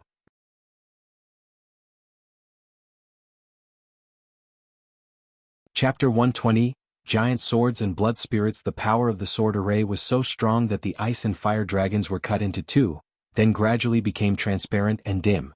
Go! The leading black-clothed man formed a Taoist seal and let out a low roar. The 2 giant sword phantoms condensed by sword auras cut down again, directly dispersing the 2 dragons. After the fire and ice dragons disappeared, the giant swords didn't stop, but instead cut straight towards Lu Mu Yan and Lu Mu Bai. Lu Mu Bei's eyes displayed a ruthlessness and firmness that he had never shown before. He bit his finger until it bled and chanted an obscure hex. A few drops of blood essence dripped, and finally all flew towards the middle of his brows. A layer of blood-red mist emitted from him, spreading through the entire sword array with an oppressing pressure. What surprised one was, not long after, two huge blood-colored figures emerged from the blood fog, flying into the sky together towards the two giant swords. Lu Mu Yen was startled. Her eldest brother's skill was a little too strange. The blood spirits that were conceived from one's own blood essence wasn't weaker than those two giant sword phantoms. This sort of skill definitely did great damage to the body. Her entire body emitted a cold determination, and a breath of essence sprayed from her mouth, mixed together with blood essence, landing in the place where the twin dragons were slayed earlier. Suddenly, two transparent jade belts of complicated talisman seals leapt in midair, lightly floating, and circled around Lu Mu Bei's blood spirits. The blood spirits instantly changed from blood red to dark red, and the mysterious jade band of Taoist seals continued to wound around. A soul-stirring power radiated from the blood spirits, causing the human cultivators and demon cultivators to cast their gazes one after another towards them, and many people were shocked. The leading black-clothed man also displayed shock and surprise in his eyes. He shut his eyes, then opened them again, replacing everything with decisiveness. He took out a sharp knife and pierced it straight into his own chest. Blood erupted out of his heart and poured into the elemental energy vortex above his head. The gray vortex doubled in size again with a trace of blood in the middle, then the entire vortex flew directly into the sword array. The other 11 people took out their sharp knives and stabbed it into their chests. Similarly, 11 gray blood-stained vortexes fell into the sword array. Wong. The sword array uttered a huge hum, and the gray light illuminated the entire cave, extremely dazzling. Then all the 12 long swords in the sword array actually shattered and turned into 12 gray sword auras that carried energy as if capable of destroying the heaven and earth. Then they plunged into the phantom of the two giant swords. The giant sword phantom swelled up one size and it carried with it a feeling as if it would slice the heaven and destroy the earth as it slashed down. Lu Mu Bai and Lu Mu Yen channeled their entire Bodis elemental energy into the blood spirits. Xuanhuan, Yunlan and the others also didn't hesitate at all, each condensing an elemental energy ball of light in their palms and inserted it into the blood spirits. The brightness of the blood spirits also became a dazzling red. It grew meters by meters and its aura grew stronger and stronger, also having a faint feeling as if it would destroy the heaven and earth. It'll help you guys too. Lan Si, who was fighting the yellow-clothed female demon cultivator, tore apart a layer of the seal in his body. A violent elemental energy burst from his dantian, and his cultivation base rose until it was just about to break though.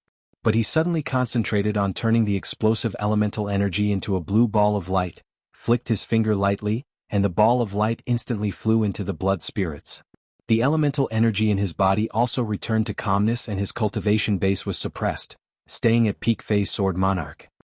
He smiled gently and elegantly at the yellow-clothed woman, then inserted a surplus of the elemental energy just now into his long sword and slashed at the woman. What? The woman never expected that a sword monarch strength human swordmaster would be this difficult to deal with. After all, she was an entire stage higher than the other. Come and read on our website wuxialover site. Thanks, but now the attack from the opponent made her heart palpitate and a shadow of death birthed within her spontaneously.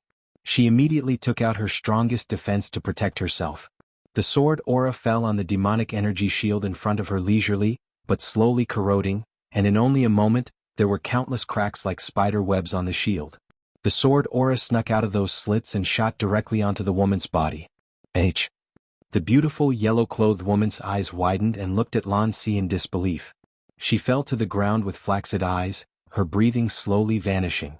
When Lan Si tore open the seal, Yizhan also condensed the elemental energy within him into a light green ball of light and inserted it into the blood spirits. He put the flute in his hand to his mouth and blew it gently, then a string of graceful, rhythmic and remarkable music floated out from the flute. The cyan-clothed masked demon cultivator who was fighting him suddenly appeared as if he were being disturbed by something in his mind, and his demonic consciousness was dazed for a moment.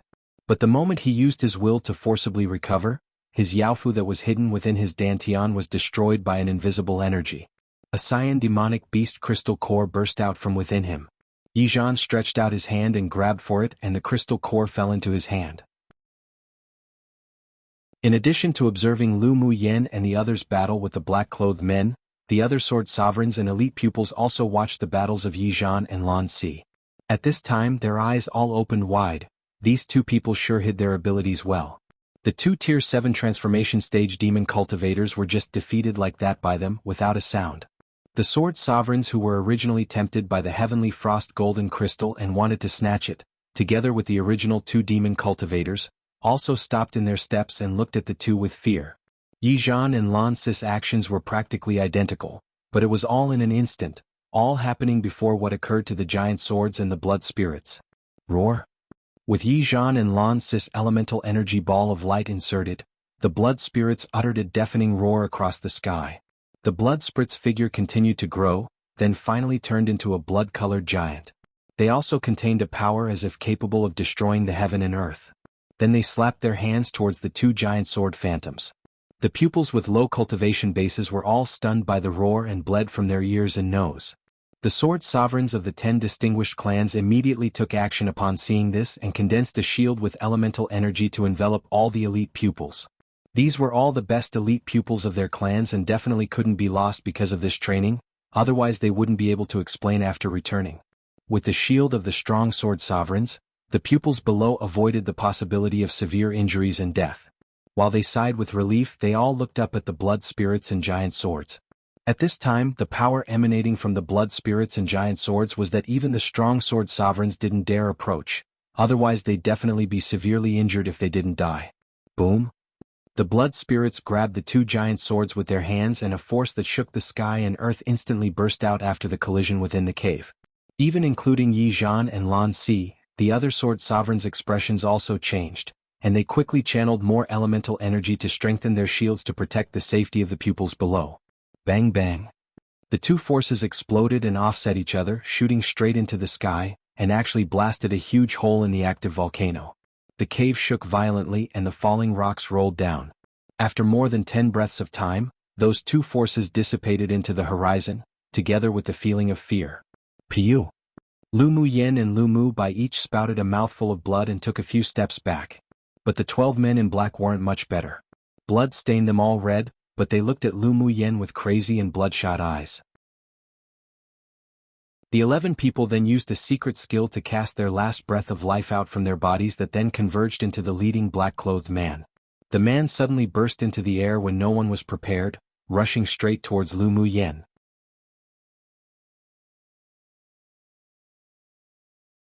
Chapter 121.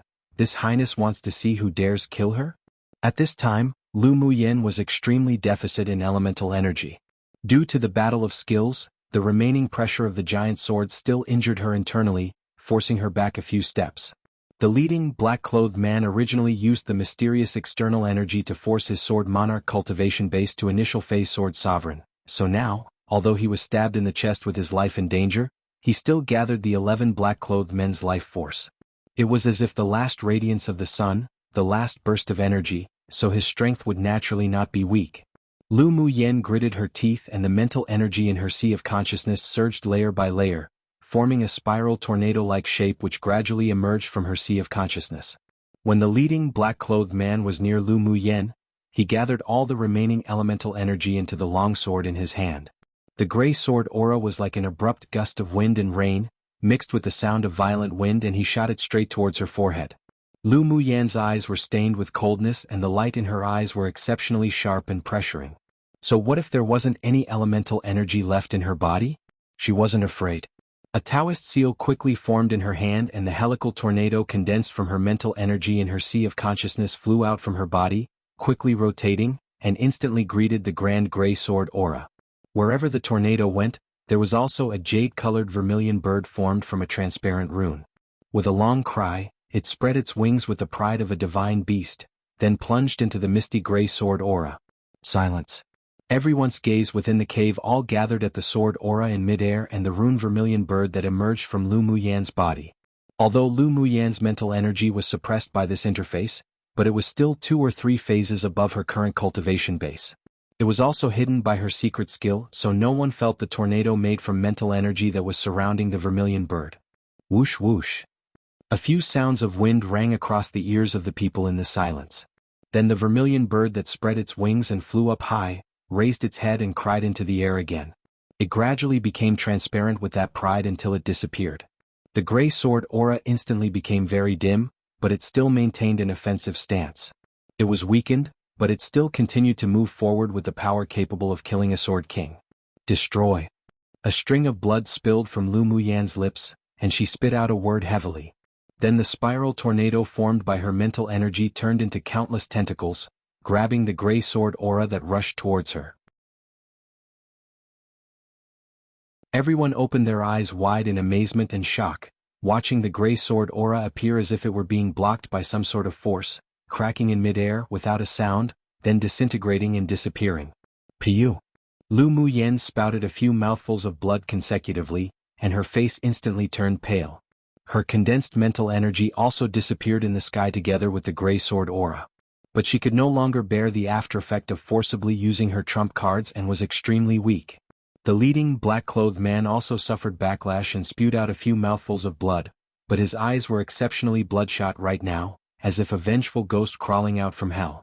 Then he slapped his chest fiercely. All the power in his body gathered at his heart. He let out a crazed laugh, forcibly burned his life force, eventually turning it into a strong, shocking force that exploded within him. He took out a dagger and channeled all the energy into it. His eyes carried a sharp viciousness and he flew straight towards Lu Muyan's heart, saying with a hoarse and cold voice, "He'll see how you dodge this time. This old man must complete this mission and kill you here today even if it costs me my own life." Lu Muyan clutched her chest and closed her eyes. When she opened her eyes, she looked coldly and indifferently at the dagger flying towards her with a violent force. She had tried her best. Life or death was up to fate, so what was there to fear? Because the speed of the leader in black was too fast, the others such as Yi Zhan and Lan Si simply had no time to rescue her, so they could only watch the dagger approach her chest. Come and read on our website wuxialover site. Thanks Yener. Mu Yen. Several powerless, desperate and hopeless roars sounded, heart-wrenching.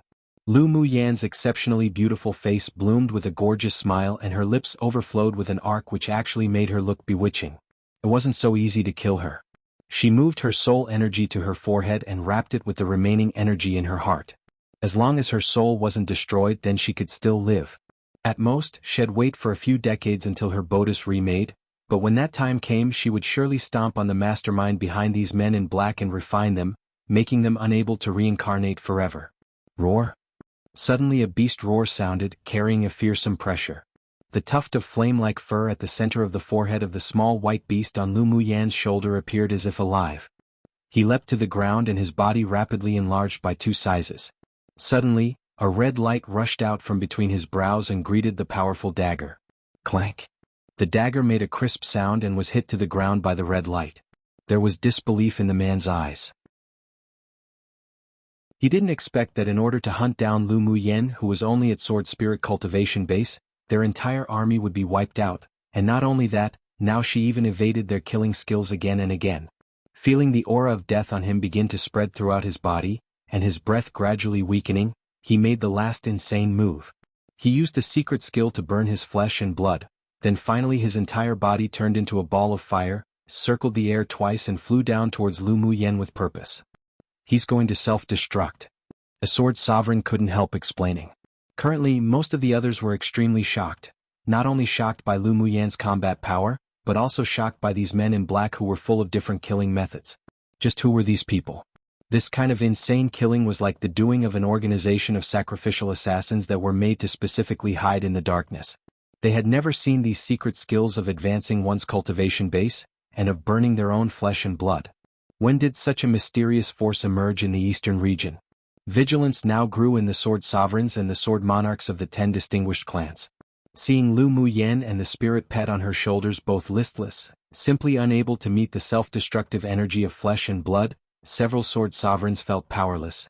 They could only pity that it would be difficult to inquire about the whereabouts of the marrow-cleansing pill. The leading, black-clothed man used killer moves each time he acted, and his speed was so fast that they simply couldn't help at all. Even if they had the ability, they didn't want to help an outsider and be left with severe injuries.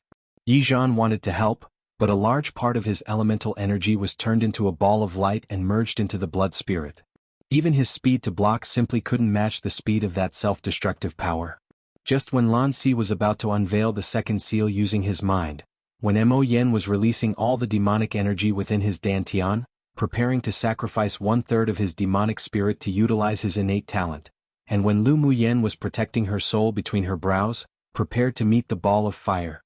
Suddenly, a dazzling golden sword aura whizzed down violently from the top of the mountain where a hole was previously blasted.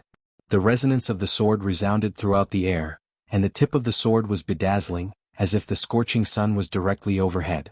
"This highness wants to see who dares kill her." A cold and domineering voice reverberated in the mountains, with a powerful, imposing manner, shocking many people to squat and hug their heads in agony, blood surging inwardly.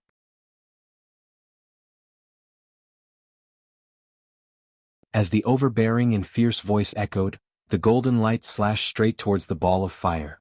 With just a touch, the fireball that was the black-clothed sword sovereign made from his flesh and blood in an attempt to self-destruct, was completely annihilated by the golden sword light falling from the sky.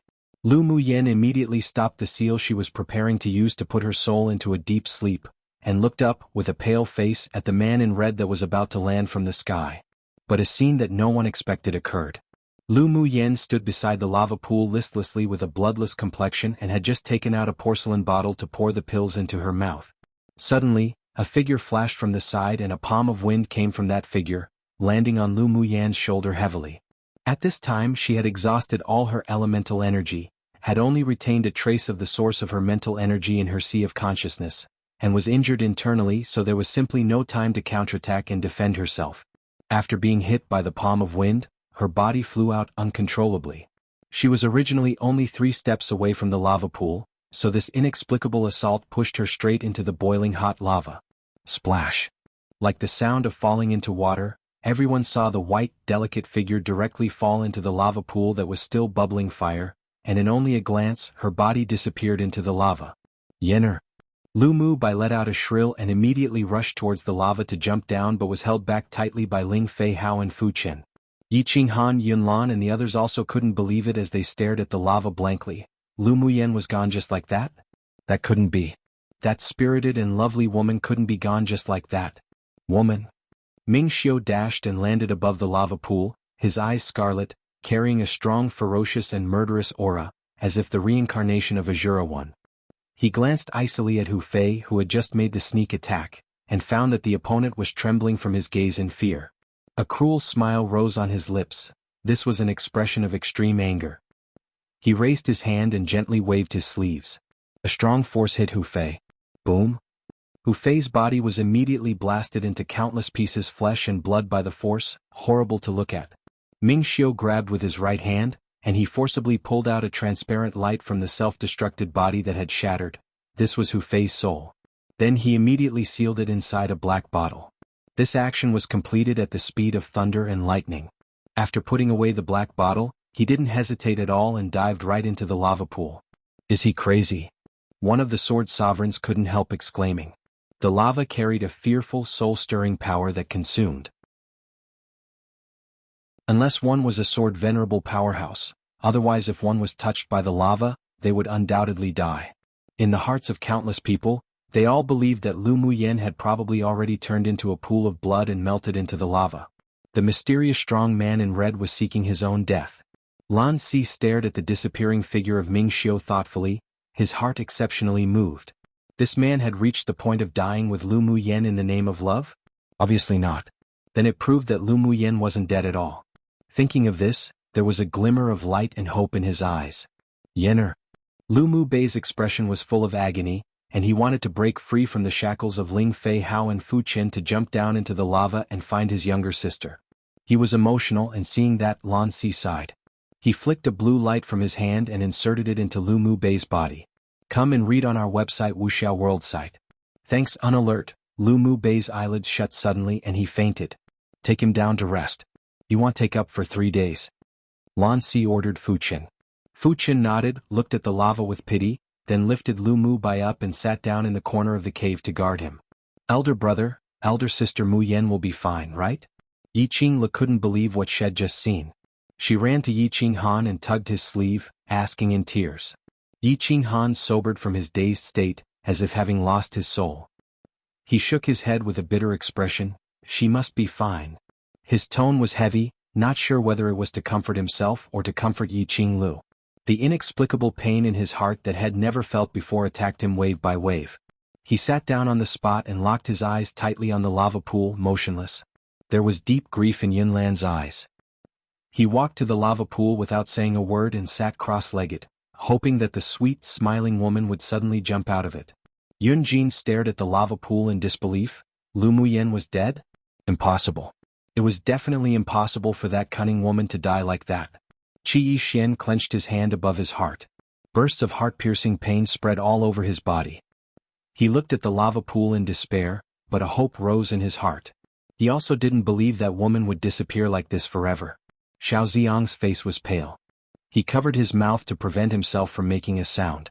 How did this happen? Mo Yan's indifferent eyes also displayed complexity and worry at the same time.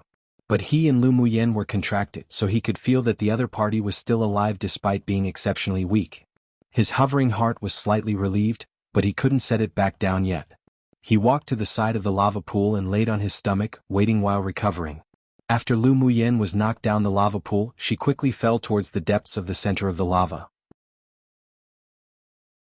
Her eyes were tightly closed, her long eyelashes left a shadow on her face, and her breath was weak as her consciousness automatically protected itself and entered into a state of deep sleep.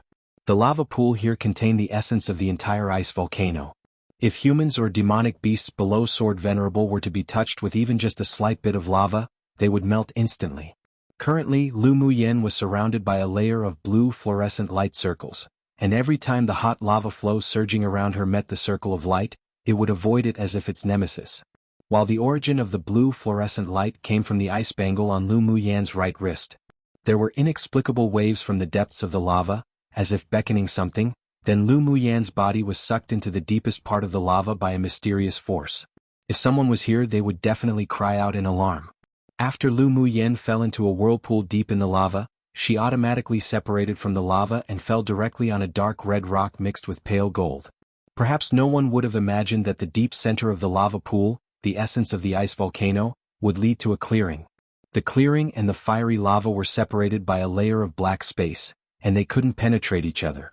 After falling into the lava, Ming Xiu automatically established a shield and quickly swam down to find Lu Muyen. He felt the aura of the ice bangle that had unsealed. This meant that Lu Muyen wouldn't die. But he was still extremely anxious, burning with impatience. After living for 20 years, he felt the pain of heartache for the first time. While in the depths of the lava, he discovered that the aura of the ice bracelet and Lu Muyen suddenly disappeared. His heart jumped, then he closed his eyes and stretched out his left hand, pinching a complicated seal. After a long time, a faint, unsteady connection was transmitted to his heart, and he finally found the direction of the ice bangle's aura. Ming Xiu opened his eyes, took out the golden longsword, and slashed countless times at the depths of the lava. When he found that in the depths of the lava and turbulent space, a crack appeared, he immediately rushed up and flew in quickly.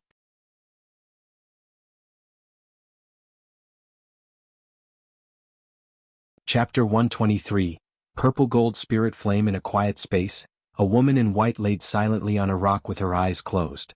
She was enveloped by a flickering icy blue circle of light, and the scorching fire spiritual force around her was completely isolated outside. Drops of blood ran down her injured right arm, and it slowly merged into the ice bangle on her pretty wrist. With each drop that blended into the ice bangle, the blue light would flash once. Lu Muyen slept deeply, warm and peaceful, as if she were in the embrace of her mother. Gradually, her soul returned to its origin from the seal at the center of her brows. The ice bangle stopped absorbing her blood essence, and some blue gas entered her body through her meridians. Soon, the blue gas swam around along the meridians, then restored the areas that were internally injured in one cosmic orbit around her body. Finally, it sank into her dantian and slowly merged with the light green mist that wound around her dantian. After the light green mist absorbed the blue gas, its green color gradually grew darker, and it expanded infinitely around Lu Muyen's dantian, then finally merged into her dantian. Within the dantian, what was originally like a light green lake of mist, began to expand continuously and turned into a sea of green fog, mysterious and distant. And it wasn't only Lu Muyen that had changed. Her spirit pet bangle suddenly opened automatically, and a white, fluorescent jiao egg popped out spontaneously, landing directly next to a cluster of purple-gold flames not far from her. As if leaping for joy, the white jiao egg circled around the purple-gold flame, then landed quietly, and strands of purple-gold flames climbed onto the eggshell, as if helping it hatch. Not long after, Lu Muyan's long and dense eyelashes moved, and she opened her eyes. She looked around in confusion at first, then finally sat up. Seeing that there was an extra layer of blue light wrapped around her body, she touched the ice bangle on her wrist. Feeling the obvious gentle intention that the ice bangle exuded, she realized that the connection between them had deepened a lot, and she even felt the ice bangle's closeness and fondness of her. Who knew that the injury this time would accidentally make the ice bangle recognize its master? Lu Muyan caressed the ice bangle, conveying her own fondness for it in return, and mumbled to herself. Except her cultivation base was too low, and right now she simply couldn't get a glimpse into the ice bangle's secrets. There seemed to be a voice in her sea of consciousness that told her that she could only unlock the ice bangle when she reached Sword Monarch cultivation base. Lu Muyan's bright eyes were like stars, and she felt a little expectant in her heart. She had more than enough patience to wait. She looked down at the ice bangle. "I won't let you sit in dust. You will be my Lu Muyan's partner from now on." The ice bangle's glistening light, as if understanding her inner thoughts, brightened a bit, setting off her bright wrists even more white. After communicating their intentions to each other, Lu Muyan's mood was also a lot cheerier. She turned her head and scrutinized the environment she was in carefully. This space was small, composed of countless dark red rocks mixed with light gold. Each rock carried a scorching hot fire source as if it could melt a person. If it weren't for the protection of the ice bangle, she was afraid that it would have been difficult for her to survive here, let alone be able to move around here freely. Then Lu Muyan shifted her gaze to a dazzling place not far from her. There was a cluster of purple gold flames that kept leaping about, carrying with it a fearful, soul-stirring pressure. Beside it, there was a bright and clean white egg surrounded by strands of sparks overflowing from the flames. The purple gold spirit flame. The very inborn mutant flame that was only born in the spirit world every tens of thousands of years was actually born here. It truly was a marvel. Lu Muyan didn't get close. She and the white jiao egg was already contracted, so she knew that it was currently using the energy of the spirit flame to incubate itself. She wasn't worried and instead felt as if she had a child that was finally growing up. With bright eyes, she scanned the spars scattered around the purple gold spirit flame. In dark, purple gold shells, the purple gold solidified liquid was clearly visible inside. Then she smiled brightly. This time she was going to make a fortune. Come and read on our website wuxialover site. Thanks the spar scattered here, and there was the heavenly frost golden essence, the quintessence of the condensation of numerous heavenly frost golden crystals. In the spirit world, these were spiritual items that could even cause great ascension stage cultivators to desire it and compete for it. She didn't immediately put away the heavenly frost golden essence, but instead sat cross-legged on a rock to recover. The internal injuries were already healed by the ice bangle, but her spiritual energy was still empty. She took out a bottle of spiritual energy replenishing pills and poured it into her mouth to refine. The spiritual energy quickly penetrated into her dantian through the pills, passed through that sea of green fog, circled around in a cosmic orbit, then finally spread to the meridians all over her body. Traces of the spiritual force of heaven and earth condensed from all around her, forming a spiritual force tempest, swarming into her body. Lu Muyan absorbed the rich, dense fire element spiritual force in this space to her heart's content, making her suddenly become vaguely aware of an indescribable profound concept of the fire elemental energy law. Every time she absorbed the spiritual force to transform into spiritual energy, it would all be filtered through that sea of green fog, and the spiritual energy that spread throughout her body was purer by more than double compared to before.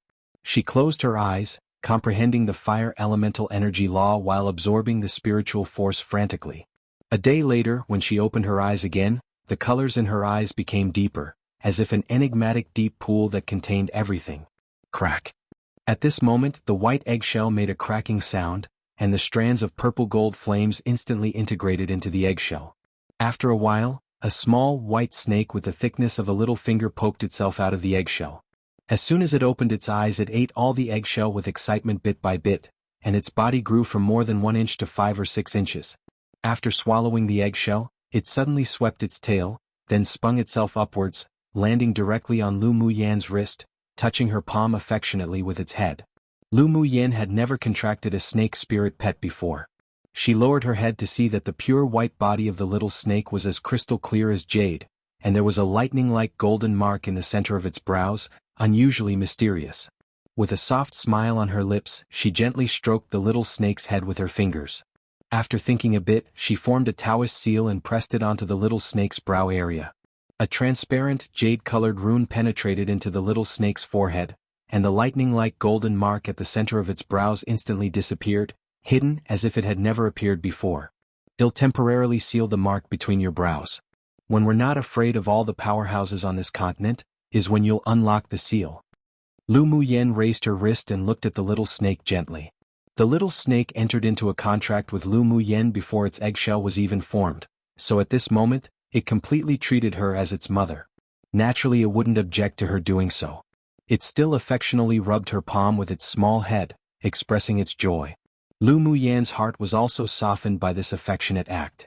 She rubbed its little head with her thumb and was fond of this little thing from the bottom of her heart. Jing Miao, that will be your name from now on. Lu Muyen gently caressed its head. How about I call you Miao Miao from now on?